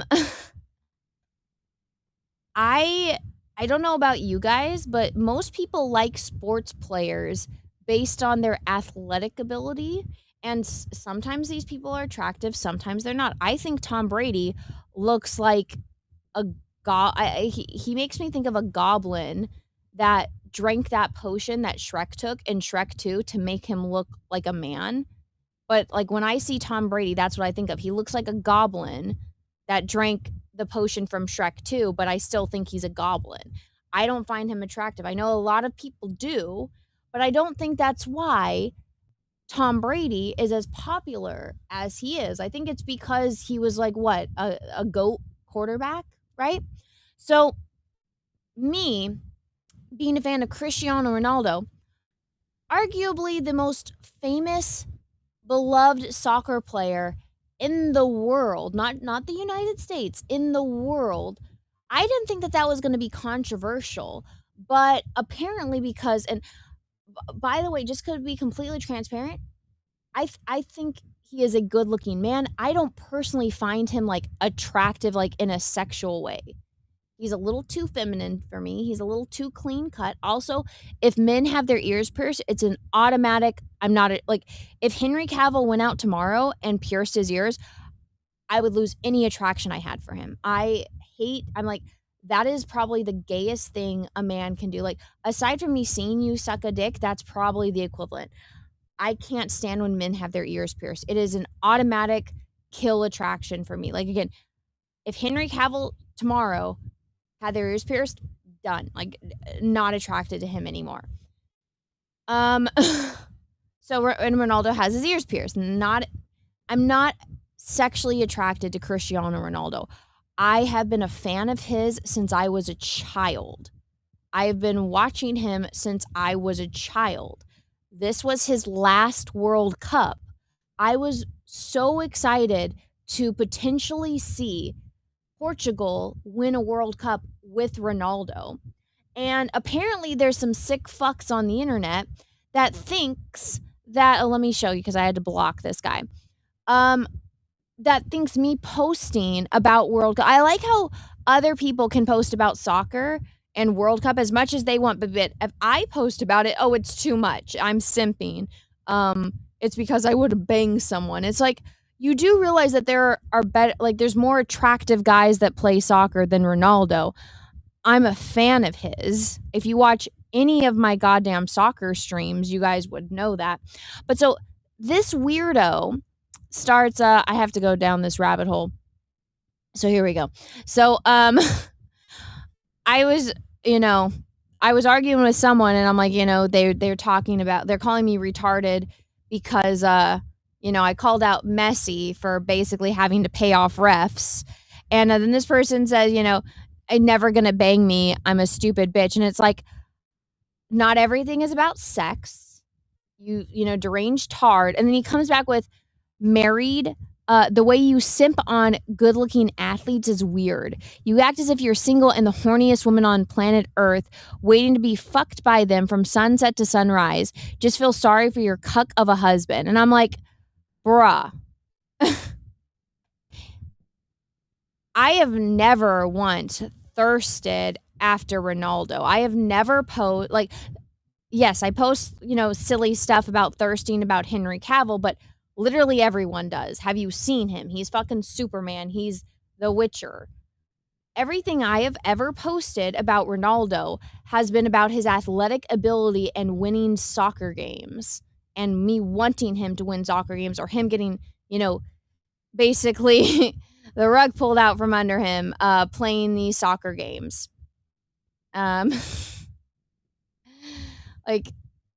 It's like, I've never once posted a thirst post about Ronaldo.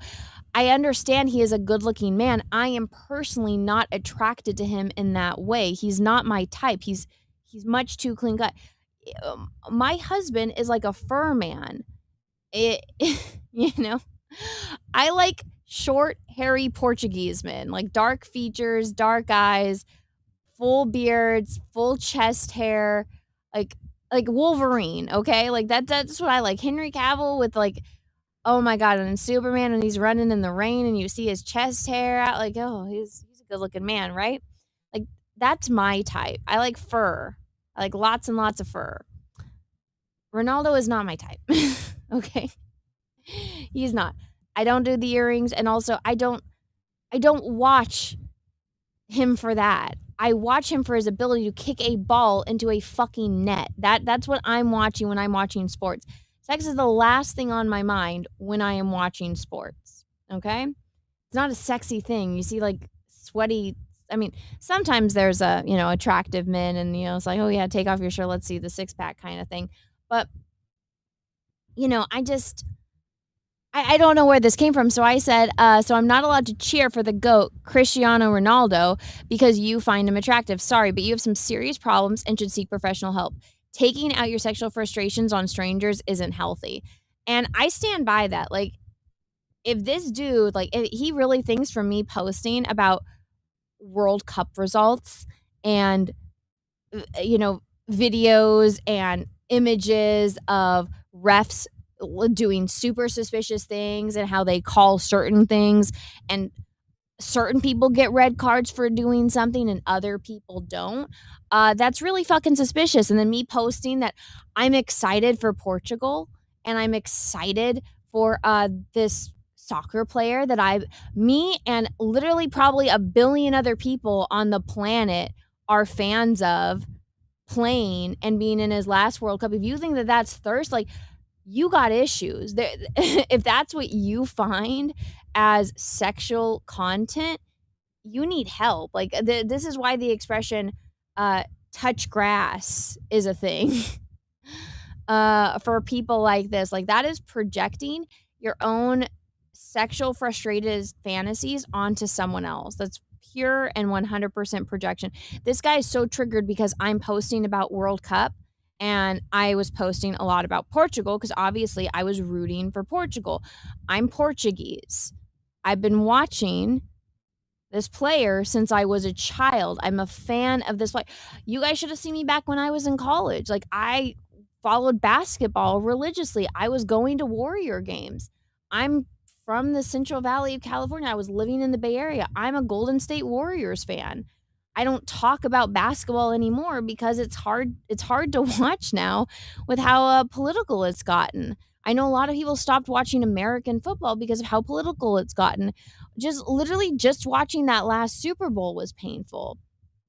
But if you find me following soccer as sexual content, you have some serious fucking issues. But I swear, like, every weirdo on the internet, follows me. Let me see. Let's see. Where is this?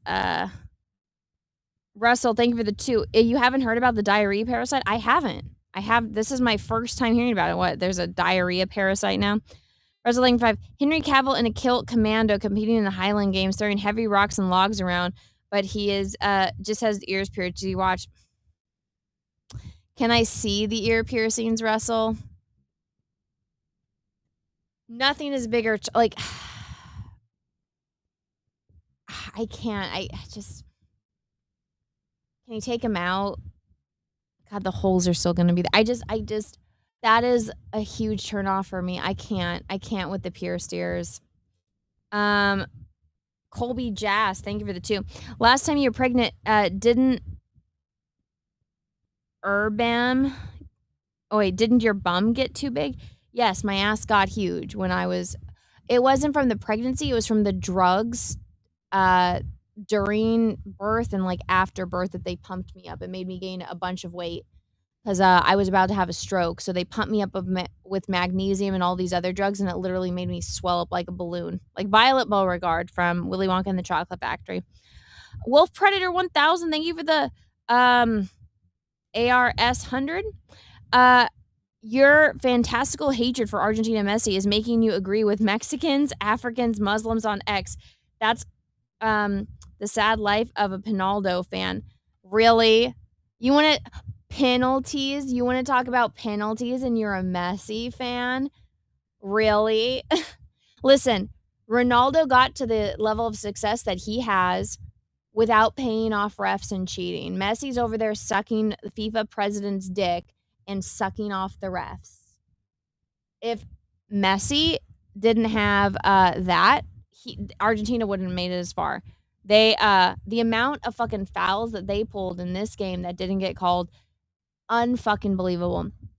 Also, there's this. So let's talk about this real fast. Extremely serious. According to FIFA regulations, the team that engages in political manifestations faces expulsion from the tournament. And the Argentina players celebrate their qualification to the final with a banner about Malvinas Islands violating FIFA regulations. Should Argentina's national team be expelled from the tournament? Yeah, they broke the fucking rules. Yes, I think that they should. I'm biased though. What do you guys think? I mean, if it says in the rules, but clearly rules for thee, but not for me when it comes to Messi, I think that this is so fucking funny here. So this is Jude Bellingham and Messi the booger. I call him a booger.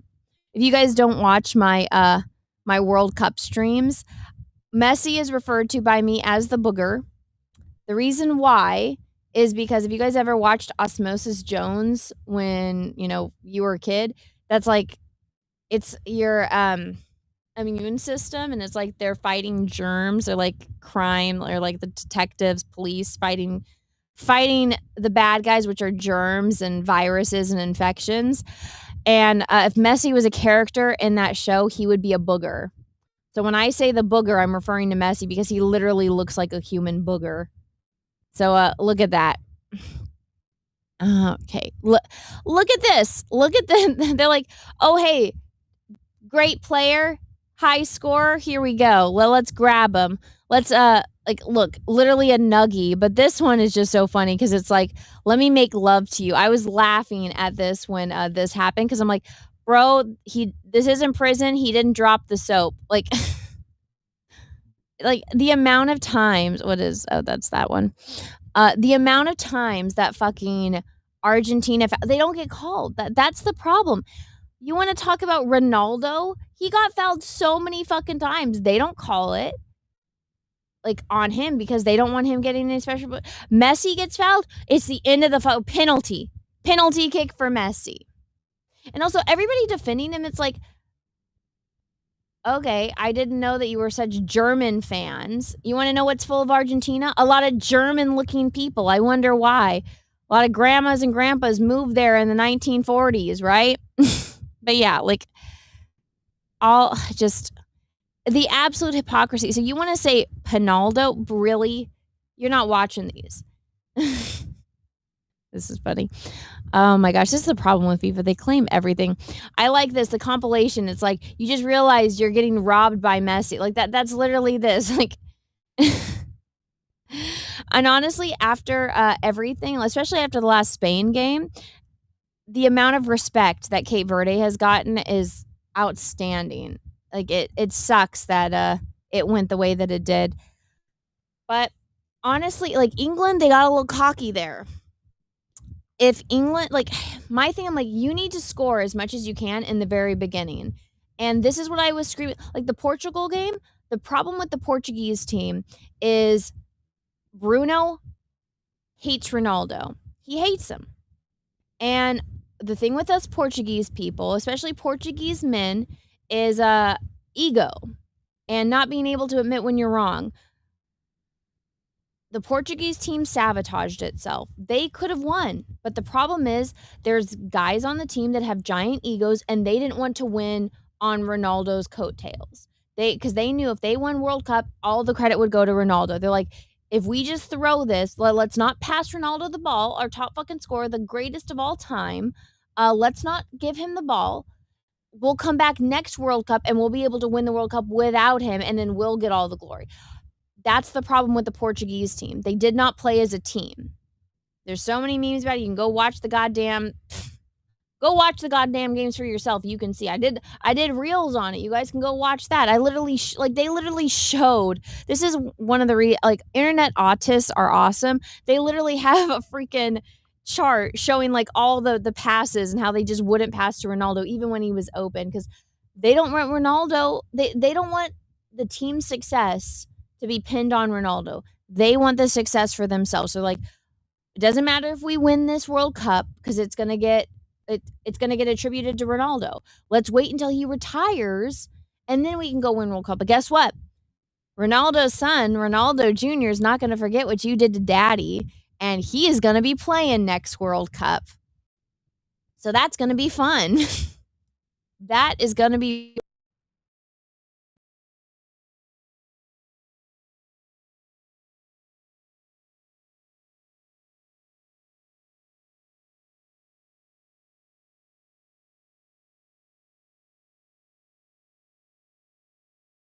sorry, every now and Rumble does this weird thing where like after like an hour or two, like it glitches out and I have to refresh.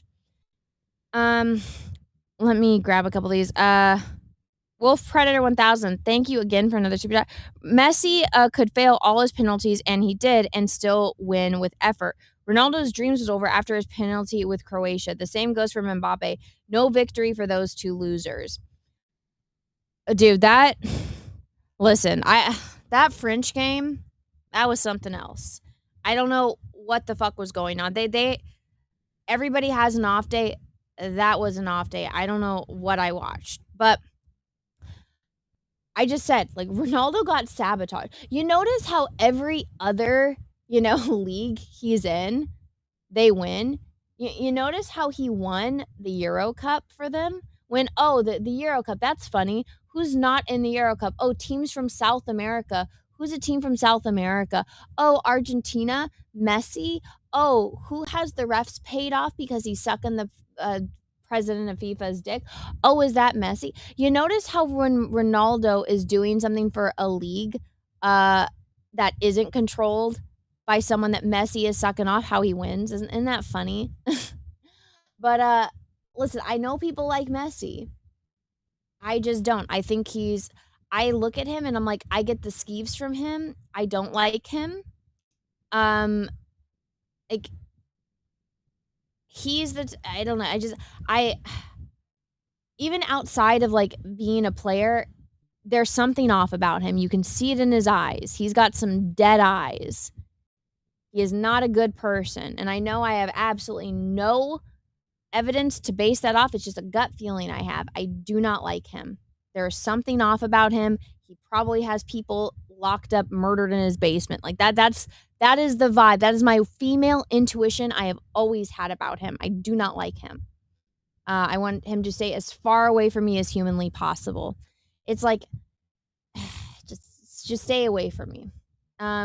What are you waving? It's a Benadryl anti-itch stick because I've been getting eaten by mosquitoes. Can you guys see that giant welt? That's what I'm waving around. But you know, you guys want to talk shit about Ronaldo? He literally just won his fucking league. People want to talk about this. So he hasn't won a World Cup. He's won every other fucking trophy there is to win. He would not have the fan base that he does if he wasn't good. He is the greatest of all time, you know? And he's Portuguese. So I am going to be a little bit biased there. Okay. Pelamon. I don't know how to say the rest of your name. Thank you for the $5. I remember that you were talking about how your bum was huge now, and chat was saying, but that's good though, right? And you were like, no, I hate it. I don't like it because I didn't want to buy new pants. I like the size that I normally am. Let's see. Anna doesn't like messy people. She's already bad enough. Oh my god. Okay, Comics Crazy Lingo, thank you for the 2 over on Rumble. Multiple times and multiverses. I'm handsome with big eyelashes. One of those I'm sure, but I don't think Cecil is skinny or handsome in any of them. Cecil had a chance to get his nose fixed, and he didn't. He didn't. I don't want to buy new pants, then don't wear pants. I like wearing pants, though. I do. I very much like wearing my pants. Okay. Well, do you guys want me to talk about World Cup more? Because I can. Or do you guys want to talk about the Odyssey? Let's talk about the Odyssey for a little bit. Here's this. For those that don't know, the Odyssey is out. People have seen it. I have a magical ticket to watch it. So, I'm probably on Rumble. If you guys are following me on Rumble, if you're a member of Rumble Premium or you remember my channel, might be doing a watch party. So stay tuned. Here is John Leguizamo, virtue signaling. Let's see. What's been your Odyssey in terms of fighting for your identity or your Hollywood career? Look at earrings. Sign of insanity. Also, I didn't realize how short this guy was. Well, you know, it's always been a battle. I mean, you know, Hollywood is not the most accepting place, even though... Says the guy that's in Hollywood in a blockbuster movie directed by Christopher Nolan, who stole the part of a Greek man from a Greek actor. We Latin people are 30 to 40% of the box office and a third of streamers. We're still not represented. We're the most underrepresented aggressively. Everyone is Hispanic. Everyone is Latina or Latin. Antonio Banderas, Penelope Cruz, Selma Hayek.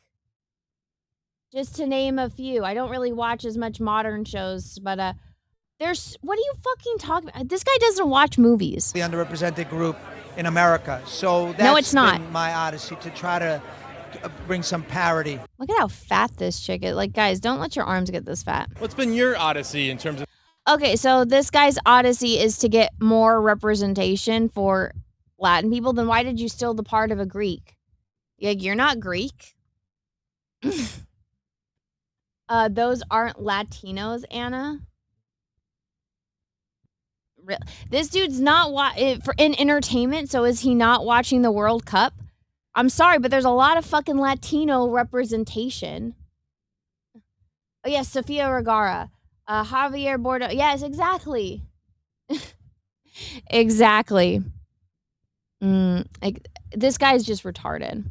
Here's Ellen Page and her girlfriend. Now, people are like, oh, she's just a lesbian.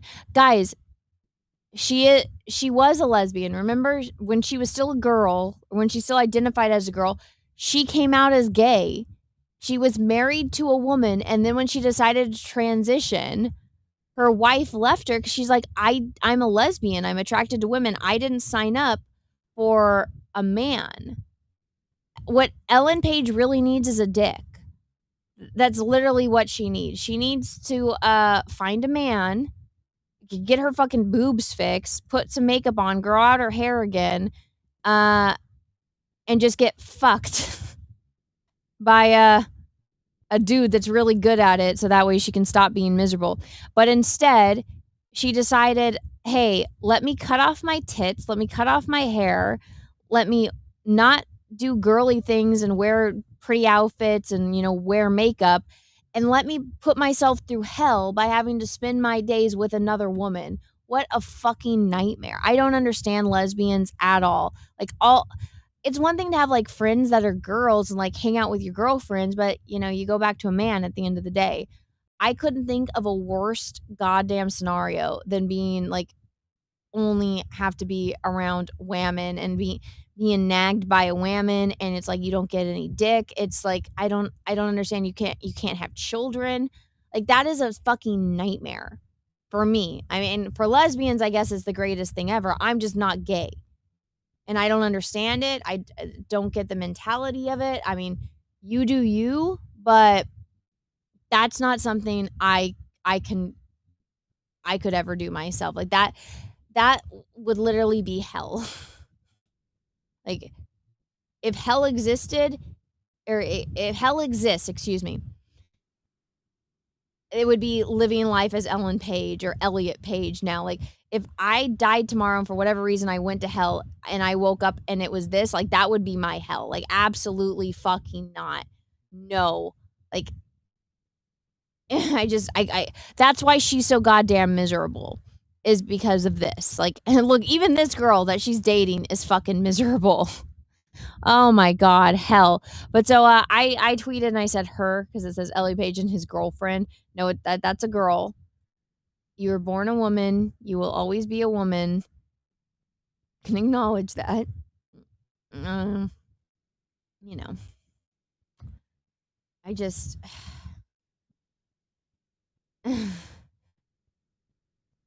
Hell is no big fan of bass. It would be. And you know what? This is why a lot of there are some people that are like, okay, I genuinely think you are gay. I mean, there's other people that I think just do it because it's the trendy thing to do, or they're getting brainwashed and are on drugs and getting manipulated into it. But here's my thing. I didn't know this. I had a roommate in college who was gay, and she would bang guys all the time. And she said, she's like, oh, because it's so hard to get like women to have sex. And she's like, I just want to have sex. So it's so much easier to just sleep with a guy, but I'm into women. And I'm like, that doesn't make much sense, because if a man was gay, there's no way he would be having like sex with women. He'd only want to have sex with men. But then she explained to me how lesbians have sex, and she's like, we use dildos or strap-ons. And I'm like, that doesn't even seem fun, like what? So basically, so you like dick, you just, I don't like, it doesn't make sense to me. It's like 1 + 1 isn't equaling 2, but not my thing, not my deal. It's not something I ever want. Like, it's not a problem I will ever have. But I'm just like, okay, well then to counter that, if you really are gay, then you shouldn't be using a dildo. You shouldn't be using a strap-on because you like men. That's men, like gay men don't want boobs, right? They don't want pussy. They want a man. So the logic behind that type of sexual scenario, I'm just like, well, you're just straight. You just also like boobs and I guess femininity. So I don't know, like it doesn't make any sense to me. Like no comprendo. It's like a glitch. Like, when you're playing a video game and it glitches out, that's what it is. I'm like, this is a glitch. I mean, unless like you're doing it to get paid and you're like doing Pornhub stuff, like, all right, then it's like that's your job. You're doing it for money. And I guess, all right, you got your price there. But I'm like, if you really are a lesbian, then get rid of all the dildos and no strap-ons, because that's a man part. I don't see gay guys putting on, strap on boobs to have sex, you know. Because, I mean, if you like dick, you like dick. You like men. You just haven't found the right one, so you're settling for a woman. It's just not something I'll ever understand. I'll never be able to do calculus. Well, maybe, you know what? I probably could. If I really wanted to, I could study hard. I could get into the maths. I might not be good at it, but I can maybe understand the concepts of it. This is just something I just will never understand. It just, no computes in my mind. No comprende. Let's see. But yeah, so, and then there was a clip of her going off about something. Where is it? Okay, no, this is just World Cup stuff. Shut up. I gotta, give me a second. There's a clip I wanted to play of Elliot Page talking, and it just like, her soul is just gone at this point. So many rules, Anna. I know. Where is it? No.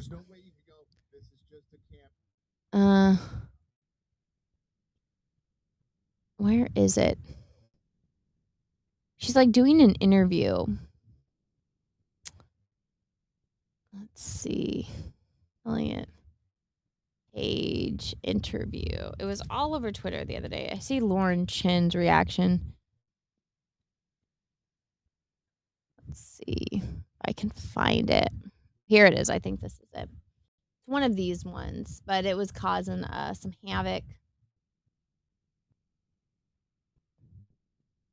I hope for anyone who's sort of, God, she sounds awful. struggling in this time and the headlines and just to know like that you're, not alone and loved and celebrated by. She can't even open her eyes. This is sad. This is a broken person.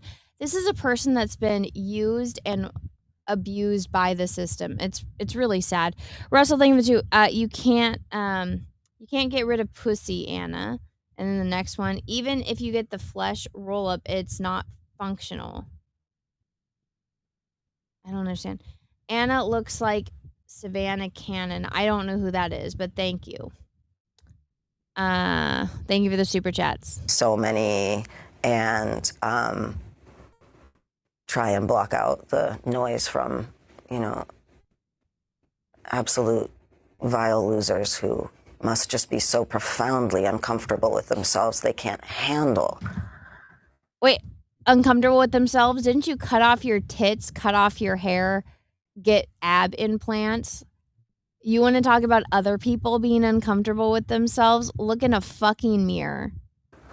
That someone could get to a place that I think, that, trans people do get to, which is a level of self-acceptance and understanding that I think. You notice that before Hollywood got their, little grimy paws over transgenderism, nobody had a problem with it. No, you notice how that was a thing. You notice how before it became a political tool, there's been trans people for,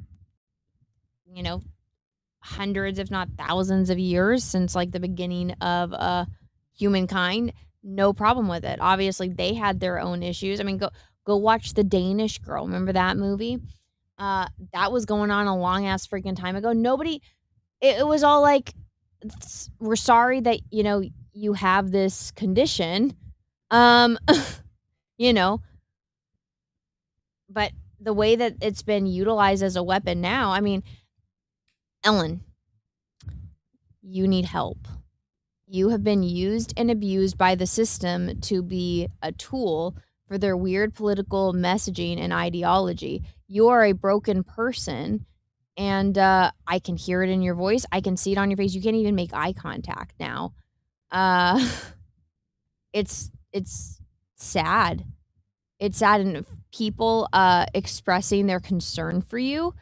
I mean, if anything, that should, make you feel, cared about, that strangers are literally more concerned for you than the people in your circle that are just trying to use you. It's really fucking sad. But, Hollywood for you. They're a little island of, psychopaths got exposed, so they needed a new target to mooch off of. It's very sad, and they're doing it to vulnerable people that are easily manipulated. It's really sad. Okay, that was one. Let's look at the other one. Healthy masculinity to me is, or even just something I've felt as transitioning, is like leaning away from whenever there is some sort of impulse or expectation you've put on yourself to like. Sorry to break it to you, Ellen, but you're speaking and moving like a woman. You're not transgender. You are a deeply disturbed person who has been emotionally and physically manipulated by evil people. There was a warning. There's this kid's story, and it's even a famous cartoon. You might have heard of it. It's called Pinocchio, where bad people manipulate the ignorant and take them and do terrible things to them, like transform them into donkeys to sell and use as their purpose, for bad things. And that's what the transgenders are now. They're the new donkeys on Pleasure Island. They're using you to make a profit off of you. They're using someone who was pretty well liked in Hollywood. I don't think anyone ever had a problem. I mean, aside from the homophobic people that, just will never accept someone as being gay, and Ellen came out as gay, which again, I also think I don't think she actually is. I think that there's trauma. I think some bad things were done to her, which we all know a lot of bad things happen to people in Hollywood. I think some bad people did some really bad things to her early on in her life that traumatized her. And, she's been used and abused and manipulated to the point where she is a disfigured mutation of what a human being is. And it's really fucking sad. And look, even her manner, the way that she moves, the way that she speaks, no amount of hormones will change the fact that that is a woman speaking. You can do something that might manipulate your voice. You can cut your hair. You can cut your body parts off. You are still a woman. Look at the way that you're moving. Look at your mannerisms. And bad people did some very, very, very, very bad things for her. And if there is a hell, they're going to it. I mean, go look at history. You remember that psychopath Nero, who was a Roman emperor? After his wife died, there was a slave boy, and he had him castrated so that because he somewhat resembled his wife and paraded him around like his wife. That's you. You're that poor slave that got castrated, and you're being paraded around. And I really, really hope that you get help from good people and not bad people that are just trying to use you to manipulate so that way they can make more money off of other confused people. Because guess what? A double mastectomy, which is where a woman gets her breast removed, that starts at $20,000. So they want to manipulate all of the women to do what Ellen did. They say, hey, you're actually a boy. Let's cut your tits off. Let's pump you with hormones so you can never have children. Let's cut off your hair. Let's, wipe that makeup off. Let's get you addicted to drugs that that your body becomes reliant on for the rest of your life. It's sad. It's so awful and sad. And you know what? There are people out there that actually have, body dysmorphia and, which I think that's terrifying. You wake up every day and it's like, oh my God, you're in the wrong body. It's a condition.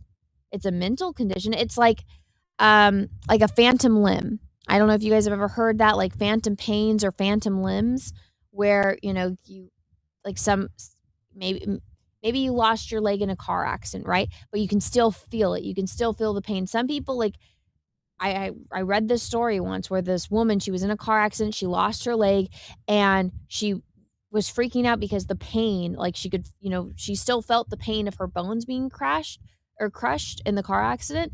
And so like she would have to take a knife and stab her prosthetic leg just to see that it's not real. It's not there. There's people like, we still don't know how the mind works completely. it hurts. It physically hurts me that this is what's happened to her, that something happened so bad in her life that allowed her to be manipulated like this into this. It's very sad. Here's I'll get struck for this immediately on YouTube, but here's like some shots of her character in the Odyssey. Apparently she gets killed immediately. And I guess she takes one of the roles that Achilles has in this. Yeah, here we go. I'm going to get in trouble, but yeah. All right. There we go. That's that. But overall, I've heard I see like that critics, of course, they're praising it, which shocking you're sucking Christopher Nolan's asshole. So shocking that that's something. Let's see. BB Jameson, thank you for the 5. Don't worry about the Twitter guy. Obviously just insecure and has no experience with women. Probably had his head up a toilet too. Probably. But no, I just wanted to point that out because I'm like, this is so ridiculous. Okay.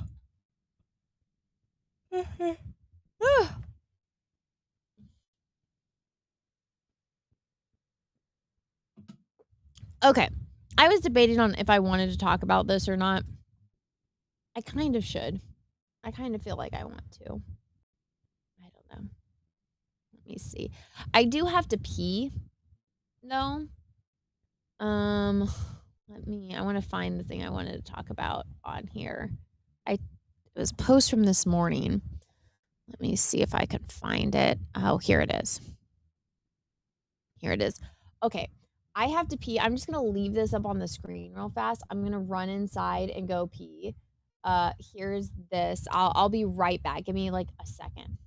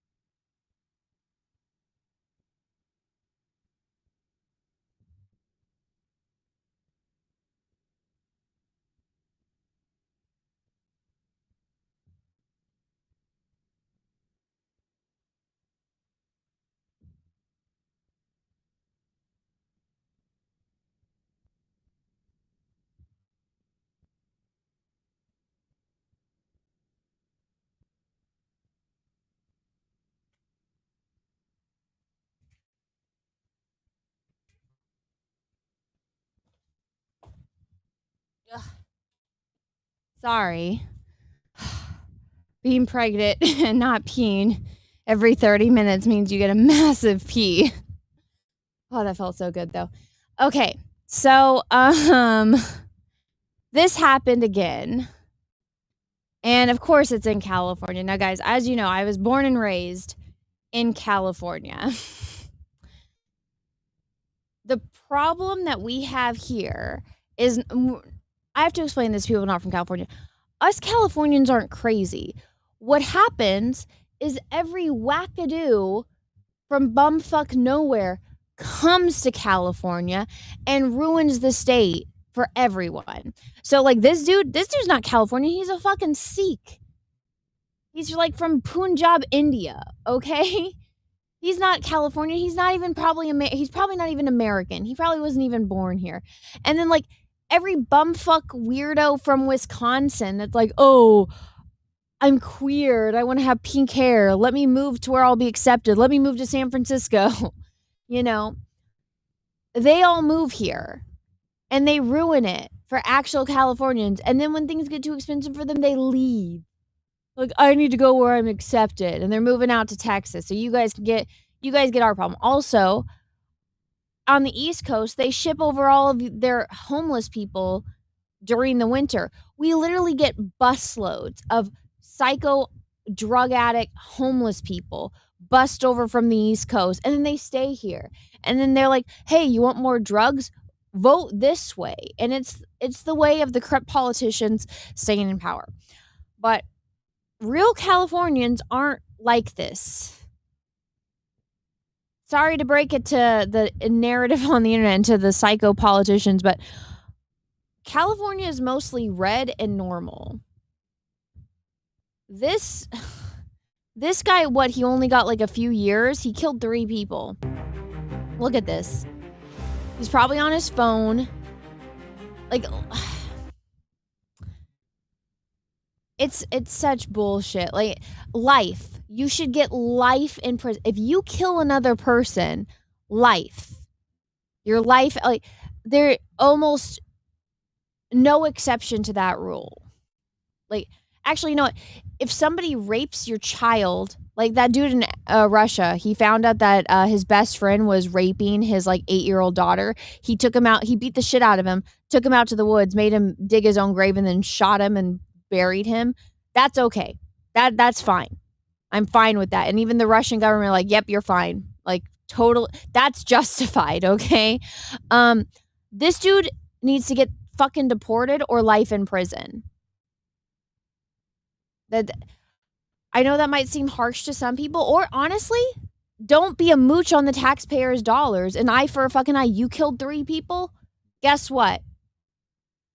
We need to bring back public hangings, like a noose and a guillotine. Bring that shit back. Which one do you want? Do you want the noose or do you want the guillotine?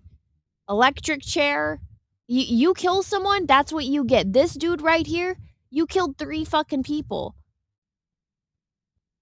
I'm sorry, an eye for a fucking eye. If this was the Old West, there'd be a fucking noose. Okay? You guys might say I'm harsh, but you know. Anna, you forget he's oppressed. What about the 3 people he killed? They're pretty oppressed, aren't they? Yeah.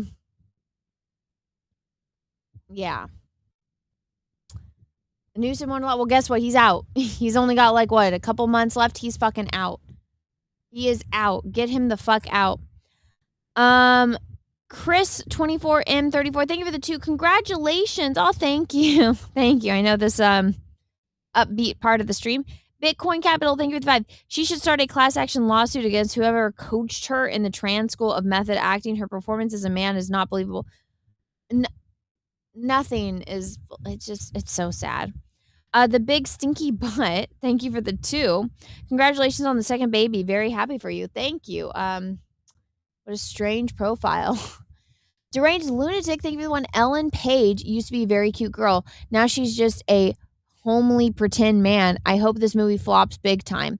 Well, if you're a member of my channel on Rumble, maybe we'll watch it together. You guys ready? Let's see. We got them in Canada too. They run red lights, full bead chains. Don't go until they're fully stopped. Yeah. No, these they shouldn't have licenses. They shouldn't be on the road. They shouldn't be getting any kind of financial support from the government.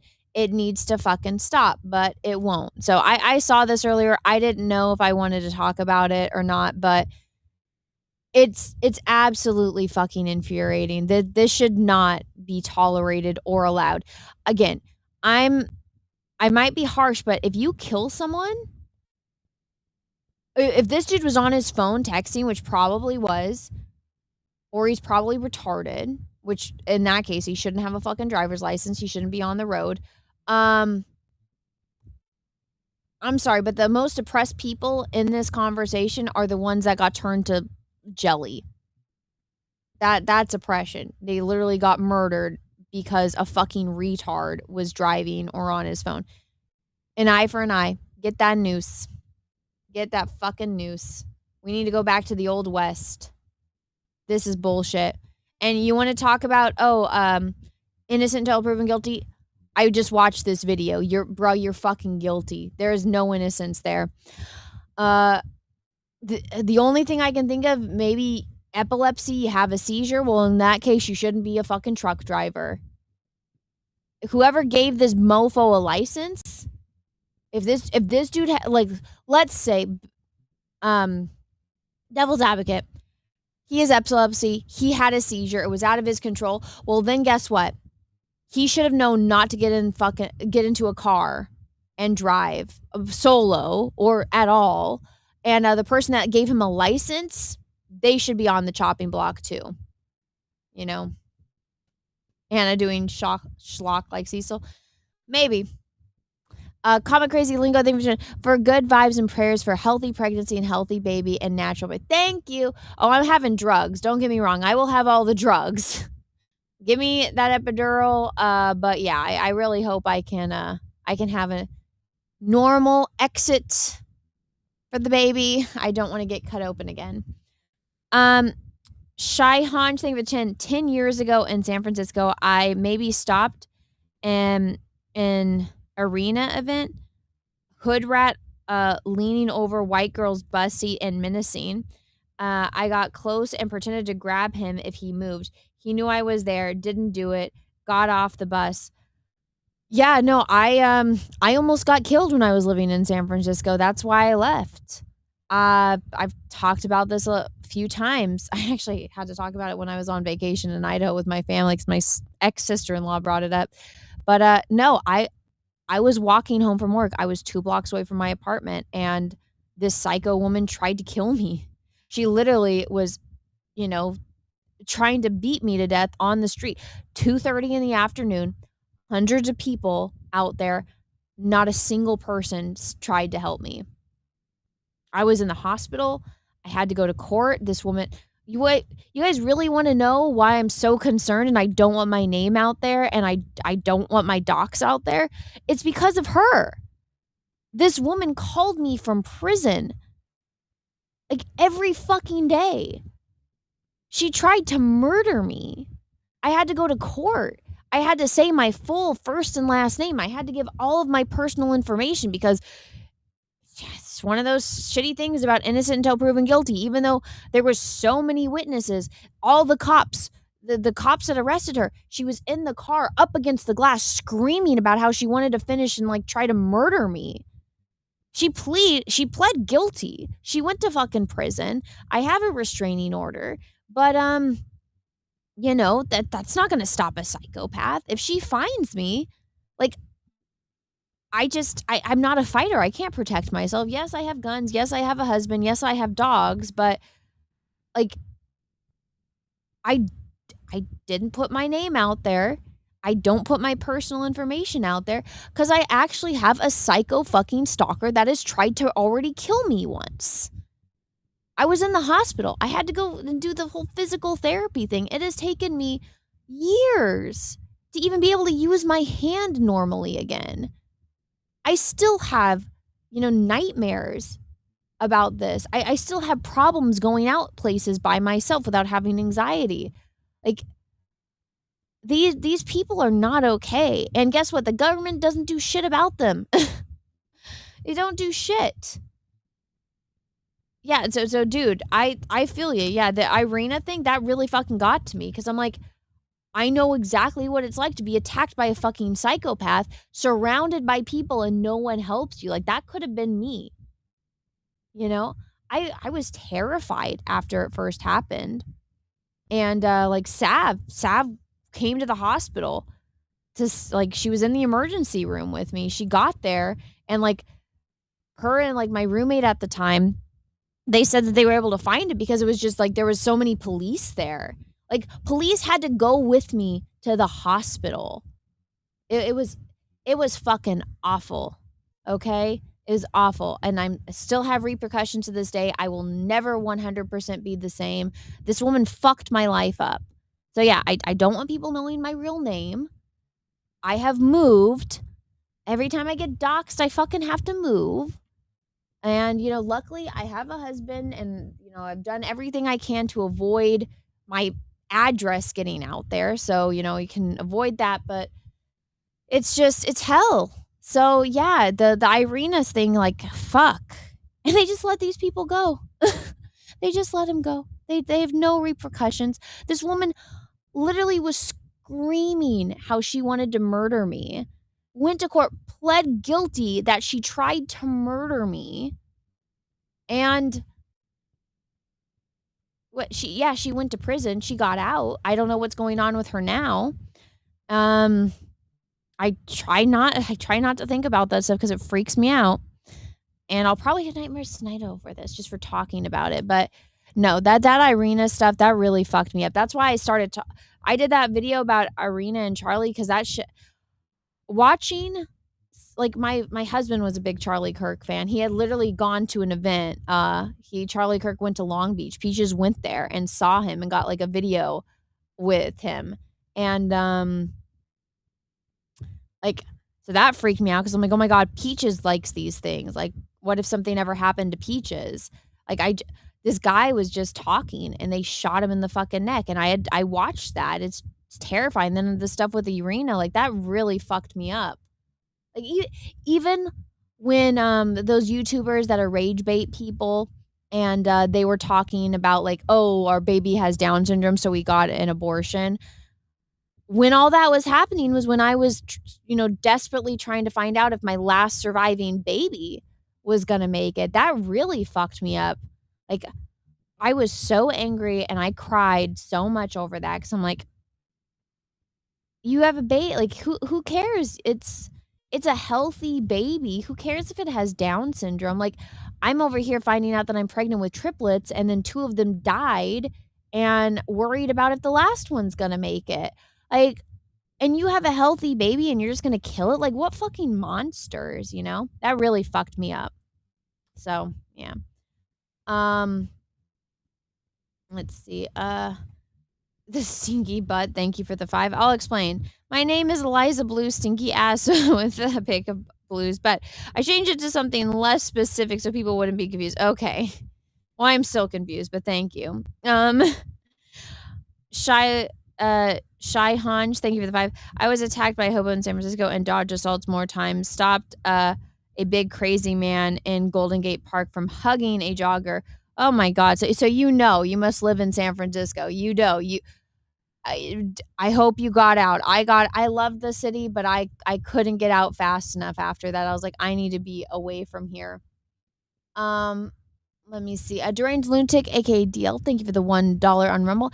Anna, you're very pretty to look at, but for you and your family's sake, I wish you have never put your image on camera. Same. Thank you for the compliment. Also, yeah. If I could go back in time, I would. If I could go back in time, if I knew what the internet was, I would never show my face. I would have never said my real name. Oh my gosh, Neurodivergent, you donated $50? Is that the Bitcoin thing? It says Neurodivergent donated 50, but it's not showing up in my Rumble rants. Did you do Rumble Wallet? Thank you. Holy crap. Thank you so much. Is this the button?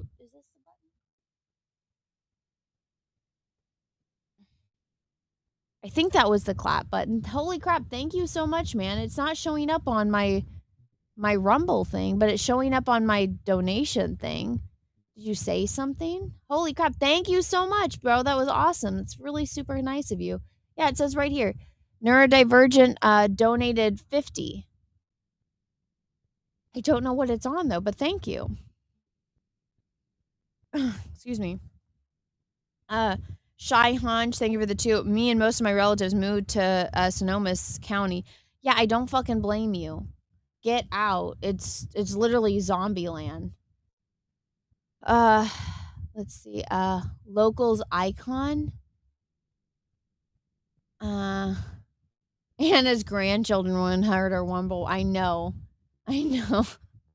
I'll never get access to it. Oh, speaking of that, let me check on coffee. Anyone sent me coffee? Let's see.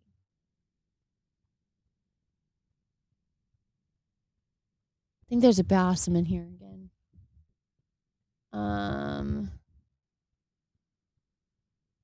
The Ko-Fi.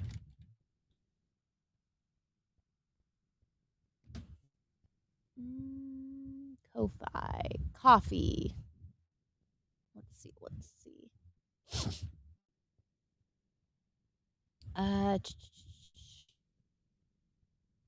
No, all caught up on coffees. Okay, so I'm not sure where that was, but I appreciate it, Neurodivergent One. Thank you. You're an awesome mod, and I appreciate the support. Let me see. Let me do a little ad read. For $3, let's do this ad read for Trinova Health. Access Med, powered by Trinova, is a revolutionary healthcare service that offers fast, free online evaluations and free home delivery of customized compounded medications, offering custom weight loss support, ivermectin therapy, hair restoration, cosmetic rejuvenation, custom ED treatments, and more. You can complete your visit in less than 10 minutes, and there's no subscription or recurring fees ever. We've made getting started easier than ever. Simply follow the link, choose the product or treatment you're interested in, and then complete a quick online evaluation. Within days, your custom meds will arrive at your door. Mention Rumble in the coupon code and get 10% off your first treatment. Well, look at that. Cecil should really look into this because I think he has all of those. So if you guys have any of those, go and try Access Med. The link is in the description if you're watching on Rumble, and the little QR code was right there. Let's see. Locals, Anna. On Locals? How does a Locals donation work? Oh, that's a local sub. Well, thank you. Thank you. I appreciate it. I didn't know I had a local subs for $50, so thank you. Yeah, guys, go sub to me on Locals. It's kind of like Patreon, but I am banned on Patreon, so Locals is the alternative. And if you you guys can watch the streams on Locals as well as Rumble. Bitcoin Capital, thank you for the 5. If someone donates to you on Bitcoin, it probably needs to confirm on the blockchain on average 10 minutes to clear your Bitcoin wallet. Okay. Colby Jack, thank you for the 2. Once met a hobo in San Francisco who had a pet skunk. Oh, God. Oh, I bet he smelled great. Grizzy raid. Oh, thanks, Grizzy. Thank you. Thanks for the raid. Hello to all of my raiders. Hello. Shy Hanj, thank you for the 10. San Francisco memory. Man with metal pipe and store on Ocean Beach looking me in the eyes and saying, he is going to kill me right now. When I called SFPD, they said, what do you want us to do about it? And hung up. Wow, that must have been more recent because I called them and like, this woman's trying to kill me, and they showed up actually pretty fast. Kobe Jazz, thank you for the 2. To be honest, I'm not sure who was stinkier, him or a skunk. Yeah. Oh, I've been stuck next to hobos, bruh. They're not fun. I remember I was on. So one of my friends, he was in San Jose. And so we were all supposed to meet in San Jose, and it was his 21st birthday. We're getting in a limo, or I don't know, he had something on like the end of one of the BARTs. I think it was San Jose. So I was getting picked up at BART at like the end of the line on one of them. And so I was dressed nice because we were all going to Napa. We were going to get in a limo, go to Napa, and, do a whole little wine tour. So I was dressed really nice. I'm on BART. stinkiest fucking hobo comes and sits right next to me. And I'm always in the window seat. And I was like fucking dying. I'm like, this cart is completely empty and you sit right next to me. So I just said like, this is my stop at the next one. And he moved and I got off and I just walked on the next train. Oh, it was so bad. Like, I'm like, oh God, I'm going to smell like hobo. And I literally watched him get off and like try to follow me. And I'm like, oh, so you just sat next to me to be a fucking creeper? Hell no. But I'm pretty sure a skunk smelled better than him. So I feel your pain there, man. Feel your fucking pain. Emors, thank you for the Rumble rant. He says, Anna, that was for your Locals account, tipped in coins over there. Although I don't think you use it, the account is still active there. I haven't logged into Locals. All I know is it's pretty much like Patreon. Grizzy, thanks for the raid again. And then fuck, I don't know how to say the first name in here, but dude, I raided you earlier. I think Segi Outdoors. Thank you for the raid as well. Thank you guys. I appreciate it. Let's see. Where's the video of Elliot running? I can't play that because I think I'll get flagged. Also, that was behind on there. Let's see. Okay. Trying to think. I'm almost at the 2.5 hour mark. I usually try to cut these streams off at 2 hours. But guys, I am going to be at San Diego Comic-Con this month. So if you guys are going to San Diego and you see me, please say hi. I know Chris Gore and Alan are going to be there. I don't know who else and Aaron Lepresti is going to be there. I don't know who else is going to San Diego Comic-Con, but I don't know exactly what day I'm going, but I am going to be there. So if you guys see me, please say hi. Don't be creepy, though. I saw Nicolas Cage is going to be there, so I got to get a picture with Nicolas Cage. Let's see. Yeah, thanks, Saggy, for the raid. Sorry, Anna's dyslexic. Oh, is that how you say it? Saggy? Okay, that's or is it Saggy or Soggy? Sorry, bro, I don't know how to pronounce the first name. I should get some Masters of the Universe figures for Shane. Why would I do that? I'm probably gonna, if I'm shopping for myself. Yes, get pics with Nicolas Cage. I can get pics with my baby bump. We all fat. Let's see. Okay. Oh, well, speaking of Shane, let's talk about this. So I saw your identity or your Hollywood career. Up. So Ethan posted this. He said, Comicsgate Kings show is over.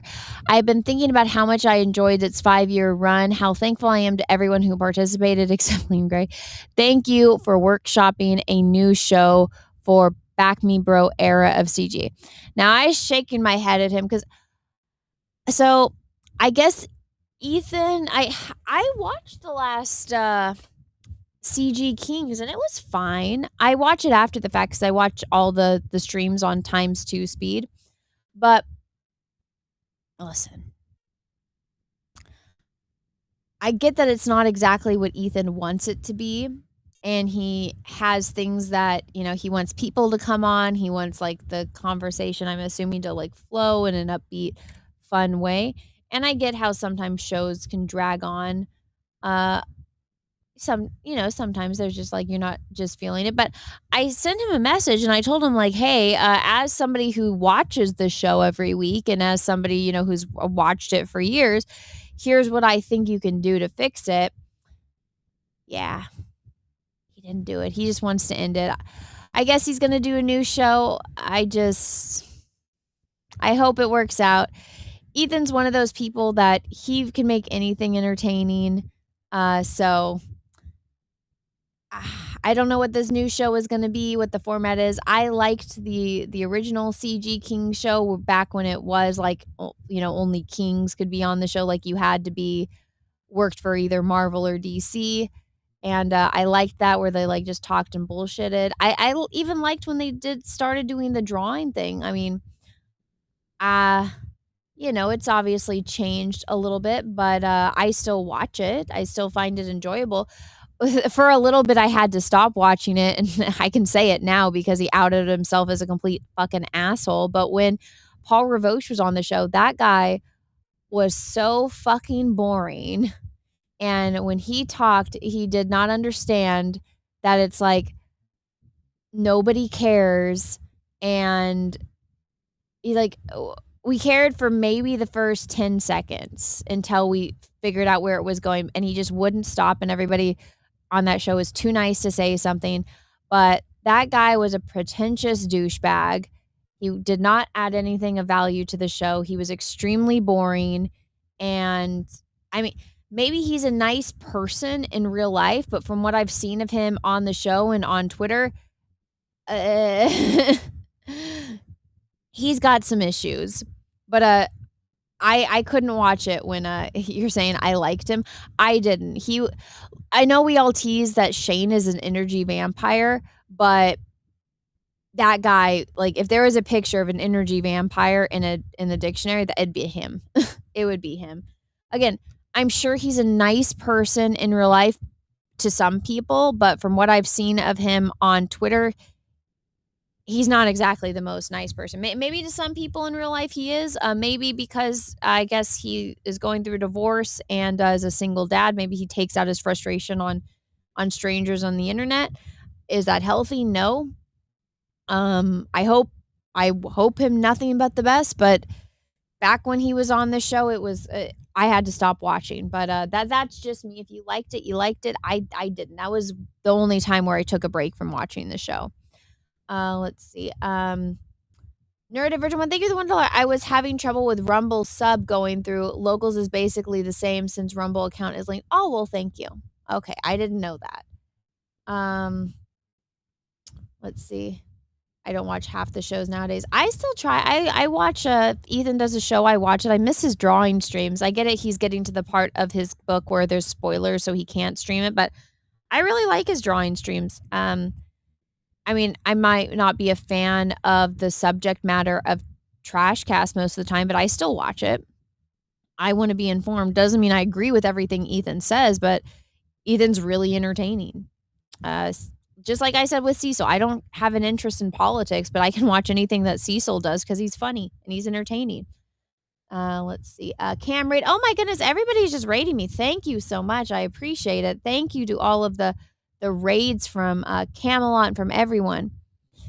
Let's see. What else was I going to talk about? Yeah, so yeah, I'm disappointed. Oh, what are all these replies? Let's see. What is this? I can't see half of them.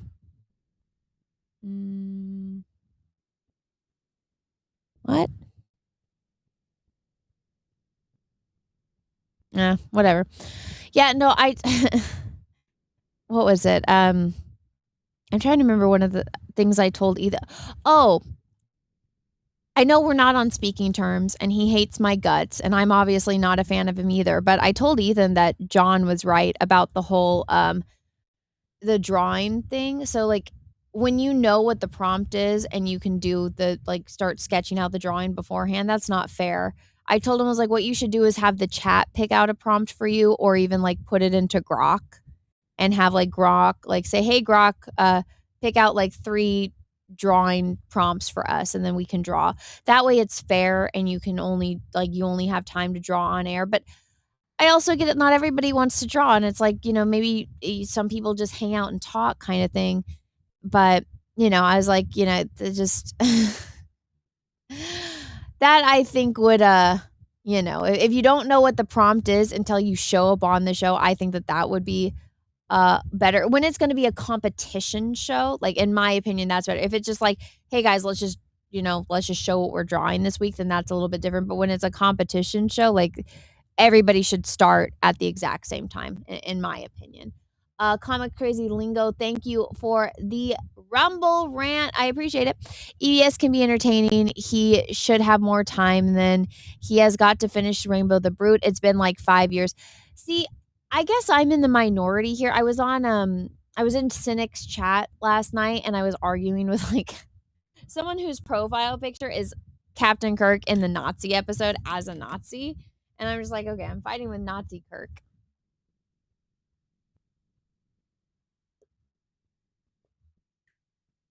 But I was like, I don't mind waiting for something if it's good. You know, like I'll buy stuff like if I want something fast, I'll buy it from Amazon, which I can. Like look at I have a lot of books behind me. Most of which I've either bought in person or on Amazon. Like so right over here. You see these pink Under the Millennium Falcon. You see those 3 pink books? I bought that directly from the creator.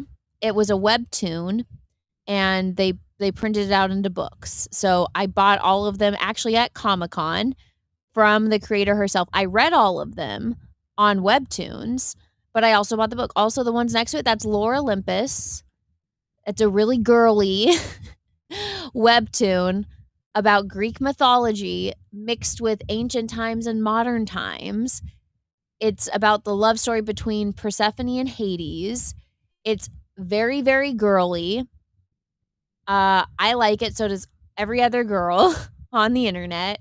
It's probably one of the most popular, if not the most popular comic on webtoons. I think it's finished now, but I read it on webtoons. I haven't finished it, to be honest. I thought I get to a point and then like you have to stop for a while and then go back so you can binge it, which I like to do.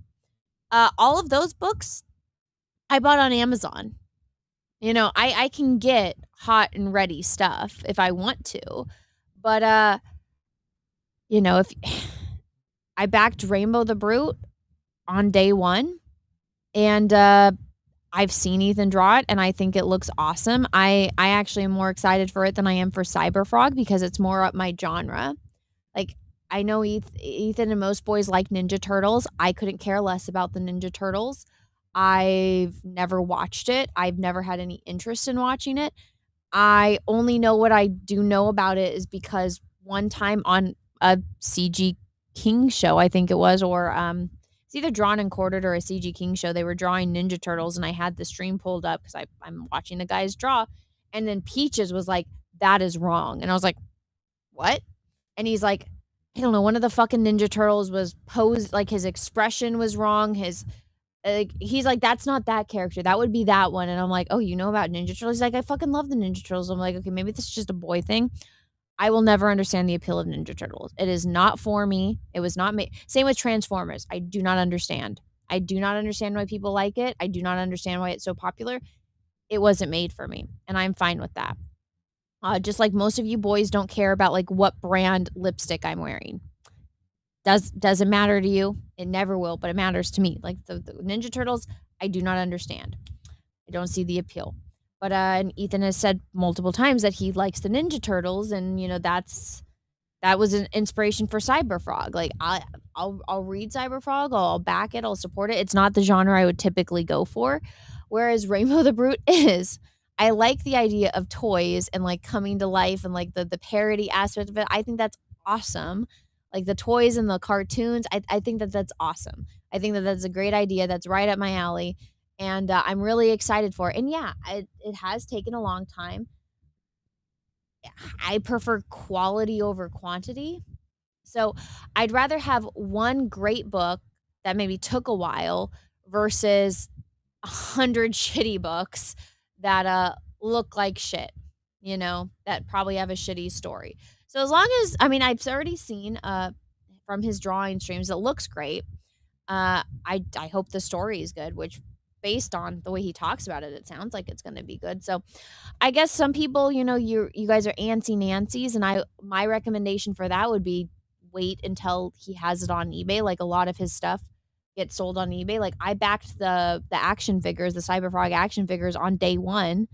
And I had to wait for them, whereas people that didn't back it and maybe are just finding them, they're available on eBay. So if you want hot and ready stuff, there's Amazon, or I mean, don't back it immediately and wait till it comes out on eBay. Problem solved. Yeah. It's not like there's like a time limit on it like calendars, right? Let's see. What? Congrats on the baby. Oh, you're way behind on this stream. Let's see. Battletoads. I don't even know what I've seen people talk about it. I don't even know what it is. Is it a cartoon? Is it a video game? It's something I'm not interested in. Like, I remember like Street Sharks scared me. there are some stuff that I'm like, this is clearly made for boys. I like He-Man, I can watch that. That I think is pretty gender neutral. But Ninja Turtles was not made for me. I have never watched it. I have no interest in watching it. I could not care less. Like at this point you would have to pay me to watch that. My husband loves it. That was whole life, I guess, childhood. His mom was like, yeah, my boys all loved He-Man and Ninja Turtles. And I'm like, that sounds like hell. That sounds like literal hell to me. Comic Crazy Lingo, thank you for the one. Oh wait, I read that one already. Thank you. Nicki Minaj Fat Buns, thank you, remember, for 5 months. Yo, good to see you, Anna. Congrats on the kid. Thank you. Big Stinky Butt, thank you for the 2. Also, my profile picture is just pearly things, not Eliza Blue. Oh. Okay. Russell, thank you for the 5. Shane is a white hole. I'm not only talking about his relationship with John. Shane sucks all the energy out of a room only to expel it as mage. Okay, that's funny. The Big Stinky Butt, thank you for the 2. I didn't get what to happen with John, and I'm afraid to ask. Basically, all I did was Chokeout asked a question on a Jack show. I answered the question, or I started to answer the question, which I did not think would be a problem because I had watched John talk about it on his stream. And then I think I had watched at least 2 streams about it where John talked about it. And I did not think it was going to be a problem to answer this question. And it turned into World War III. And I want to go back and watch that Jack show. I didn't take anyone's side. I did not. It got twisted into Anna took Graham's side over John's. That never happened. I never defended Graham. I even talked to Graham about it after the whole situation happened. I'm like, I didn't, like, he's like, I know you didn't defend me. I'm like, I didn't defend anyone. I just was answering a question. It turned into World War III. As someone who had known John for a long time, I was just like, I don't, like, this didn't feel like just like a little squabble on stream. It felt like there was more tension than just that. And like the level that he came at me, I was just, I was like, this seems like there's more to it than just that. I talked to Cecil, and Cecil agreed with me. And I messaged John, and then he quit the Jack show. And then I saw a clip later on of him getting mad, and I saw the rant on Twitter, but it's like Kelsey told me years ago. And if I would have known that Kelsey was fine with people sharing his DMs, because I saw the stream with Kelsey and Ethan, and Kelsey was like, share it, I would have just posted the DMs. But Kelsey told me in DMs, that he was just done with John, and that's why he's leaving. So, and I said that. I was making a lighthearted joke on a Jack show where I had Salty Cracker on, and I know the guys got upset at me because they said I like degraded Cecil. And I'm like, well, I do that on every single show. Also, Salty Cracker is a fan of CG, and he's kind of aware of the dynamics of certain things. And like it was fine. He said he had a fun time on the show, but again, it got twisted. It got turned into World War III because people don't talk to one another, and it's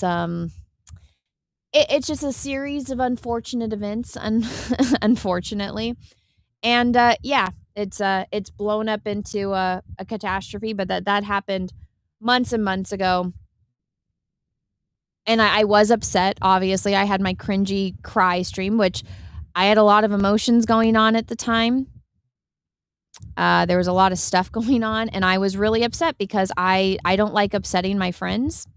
And I consider John a really good friend. We had worked together for 7 years, and the level of anger that came out on that last Jack show, I was not prepared for. I didn't understand. And I don't know. Apparently, I'm just the biggest bitch on the internet. Apparently, that is the moral of the story.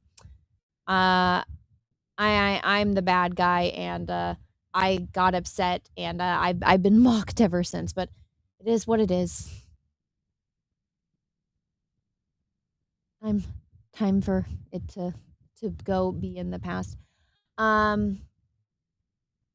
Let's see. Gosh damn it now. Oh my God, this is gonna get clipped into high heavens, isn't it?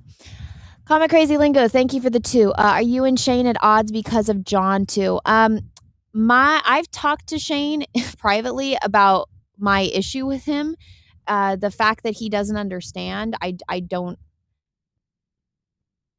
know. Shane's too smart to play dumb like that. But after I cried, Shane and I had a private conversation, and from what I've seen him say, based on that private conversation that we had off air, everything that was said in that private conversation, where he said he understood where I was coming from and like why I was upset, and basically I saw a clip of him saying the exact opposite. So it's like, okay, what you say publicly versus privately are 2 different things. And then of course, like when the last time we did speak was in DMs, and it's just I don't have time for any of that. I've been, obviously, if you guys watch the beginning of the stream, you guys know what I've been going through in my personal life. I have had a very, very complicated pregnancy. I don't have time for internet drama. I just don't. And I don't want the same complications to happen that I had in my last pregnancy, which was the eclampsia shit. I don't want to have a C-section. I don't want to, almost have a stroke. I don't want any of that. I don't want to put my baby at risk, considering after I already lost 3 of them. I want to keep this last one that I have as healthy as possible. So I don't want to be stressed out with internet drama. I really, really don't.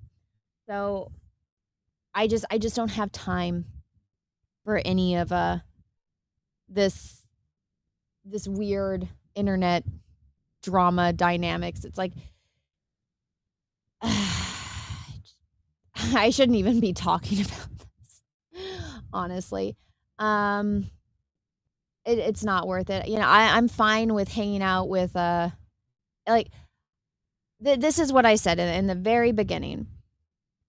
If I have something wrong with my car and I take it to a mechanic and, I ask what the issue is, I don't expect the mechanic to get all emotional and scream at me and say, well, you want me to talk about my feelings. It's like, no, there's an issue. I need to know what the issue is so we can fix it. Right. But it just, at this point, I'm just like, I'll just fucking let the car be totaled. I'll go get another one. It's not worth the hassle. Cecil and I have been having a lot of fun on Jack's show. Obviously, it's different. But nothing lasts forever. And I think we've been having a lot of fun, and it's I think things have been going well. I've been enjoying it. So yeah. And whatever they have going on, I hope that it's successful. I hope their campaigns do well, and I hope that Shane's new website is doing good. I saw that there was some drama involved with that, which it's like, there's retards on the internet, just block them. They are not worth your time. Let them scream into the ether. You don't have to listen to the balding homeless person or the morbidly obese couple. Like, just block them and move on. They are not worth your time. Just keep doing you, and you're important enough that people are going to talk about. And it's like, just that means you're doing something right. Okay. So I think, Shane and Yanzi, they're doing something that's making noise, and Indiegogo obviously lost its fucking mind with the people that bought it out. It's unusable. I've had my iBooks to send out, and I can't even access my backer information because it shut down my campaign and I can't access it. I'm lucky that I got my calendars done before too many things changed. But I'm like, I have these books. I need to ship them out, but I can't access my backer information. And I've been waiting for customer service people to get back to me. The new Indiegogo is hell. So yeah, I think it's great that they're making another platform. I still think Fund My Comic is fine, but that's not a platform that I can really use because I'm not making comics. I'm making art books. Like, the only alternative that I really have is Kickstarter. And I haven't even begun to look like looking into that because I'm like, I can't do another iBook, which I have all the files ready, but I can't do it until I get this first one sent out. But I can't send out the goddamn iBook until I get my backer information. And it's just like the new Indiegogo is absolute fucking hell. It's absolute hell. But so I think that what Shane and Yanzi are doing is great. I heard though that he's only doing like it's only for comics and gaming stuff, which again I'm not doing either. So it's like not a platform I can use. Though maybe I'll get around to like learning about Kickstarter, and Graham and Aaron have, and even I think Billy to an extent has offered to help me, which is really nice of them. But it's just I need to get this book out before I can do the others, which is really frustrating. But who knows? Maybe I've annoyed. Maybe there's somebody that's watching from Indiegogo that maybe I put it out into the ether that maybe finally someone will get back to me so I can access my fucking backer information. Let's see. Drains Lunatic, aka Deal Thing everyone. Thank you. Anna, I've liked the Jack show a lot more since it's just you and Cecil and Choga. Well, thank you. I mean, I've had nothing but, maybe it's just because you guys are all nice, but I've had nothing but positive feedback. I know a lot of people were excited about Kelsey. I know that Ethan got upset that he hasn't been like sent the link or hasn't been invited, but that's because I've been doing where I schedule people like weeks in advance. And I know Ethan he has a crazy schedule to where he doesn't, he can't, make plans weeks in advance. And so I sent him the link once because I saw he posted that he was on, he's online. He's like, hey, I'm up. Who's streaming? And so I sent him the link to the Jack show, and then he went on Shane's, and like that became a big deal because he talked about it. And I'm just like, it wasn't supposed to be drama, dude. I saw that you said that you were live and I sent you the link, because you can't be scheduled in advance. So it's, I don't know. I feel like a lot of it is just unnecessary drama because people don't talk, but what do I know? I'm just a whammon. Comic Crazy Lingo, thank you for the 5 apologies. It's okay. It's okay. Thank you. Honestly, it feels better to get it off my chest. I haven't talked about it because I know it's just going to get clipped and turned into more drama, which is the last thing I need right now, but whatever. You guys got me talking. Let's see. Nicki Minaj's Fat Bum. Thank you. Remember 5. Oh, I read that one. Yo, good to see you. Congrats on the kid. Thank you. Borg. Thank you. Remember for 66 months. Order 66 it. You should watch Vanilla Ice video Ninja Rap. I have no interest in watching a Vanilla Ice video. Absolutely none. I think I have more interest in watching the Odyssey. Let's see. Okay, guys. I am all caught up on Rumble rants and Super Chats. Speaking of the Odyssey, I have a magical link. If you guys are members of my Rumble channel, I might do a magical watch party. Maybe. I don't know. We will find out. But stay tuned. I'm going to call it a night. Thank you so much for an awesome episode 50. Let's see if there's anyone I can raid. Also, congratulations to Cecil and Juju. It's their 3-year anniversary. Here, I know, I think Cynic is on Good Logic's channel, so we're gonna go raid him. So everybody go over there, say hi, Anna sent you, if you're on Rumbles. Oh, wait, other way. Go say hi that Anna sent you, and I might be back in a little bit to do a watch party, so stay tuned. And Russell, thank you for this too. Speaking of things off your chest, that canvas. I know I got to go buy one. I got to do the whole pregnancy thing. But guys, go and raid Good Logic. Go say hi. Anna sent you. Go say hi. And I will see you guys either in a bit later or tomorrow for Jack's show. So good night, everyone. Thank you so much. Also, please, if you guys are watching on Rumble or YouTube, leave me a comment. Let me know what you thought of the stream. Let me know what was your favorite part and what you guys would like me to talk about next time. And also guys, I'm gonna, on my year anniversary of doing this show, let me know who you would like to see on as a guest. And that being said, guys, thank you so much for watching. I hope you guys all have a great rest of your night, morning, evening, afternoon, wherever you are in the world. And may the force be with you because we are really, really, really going to need it. Bye, everyone.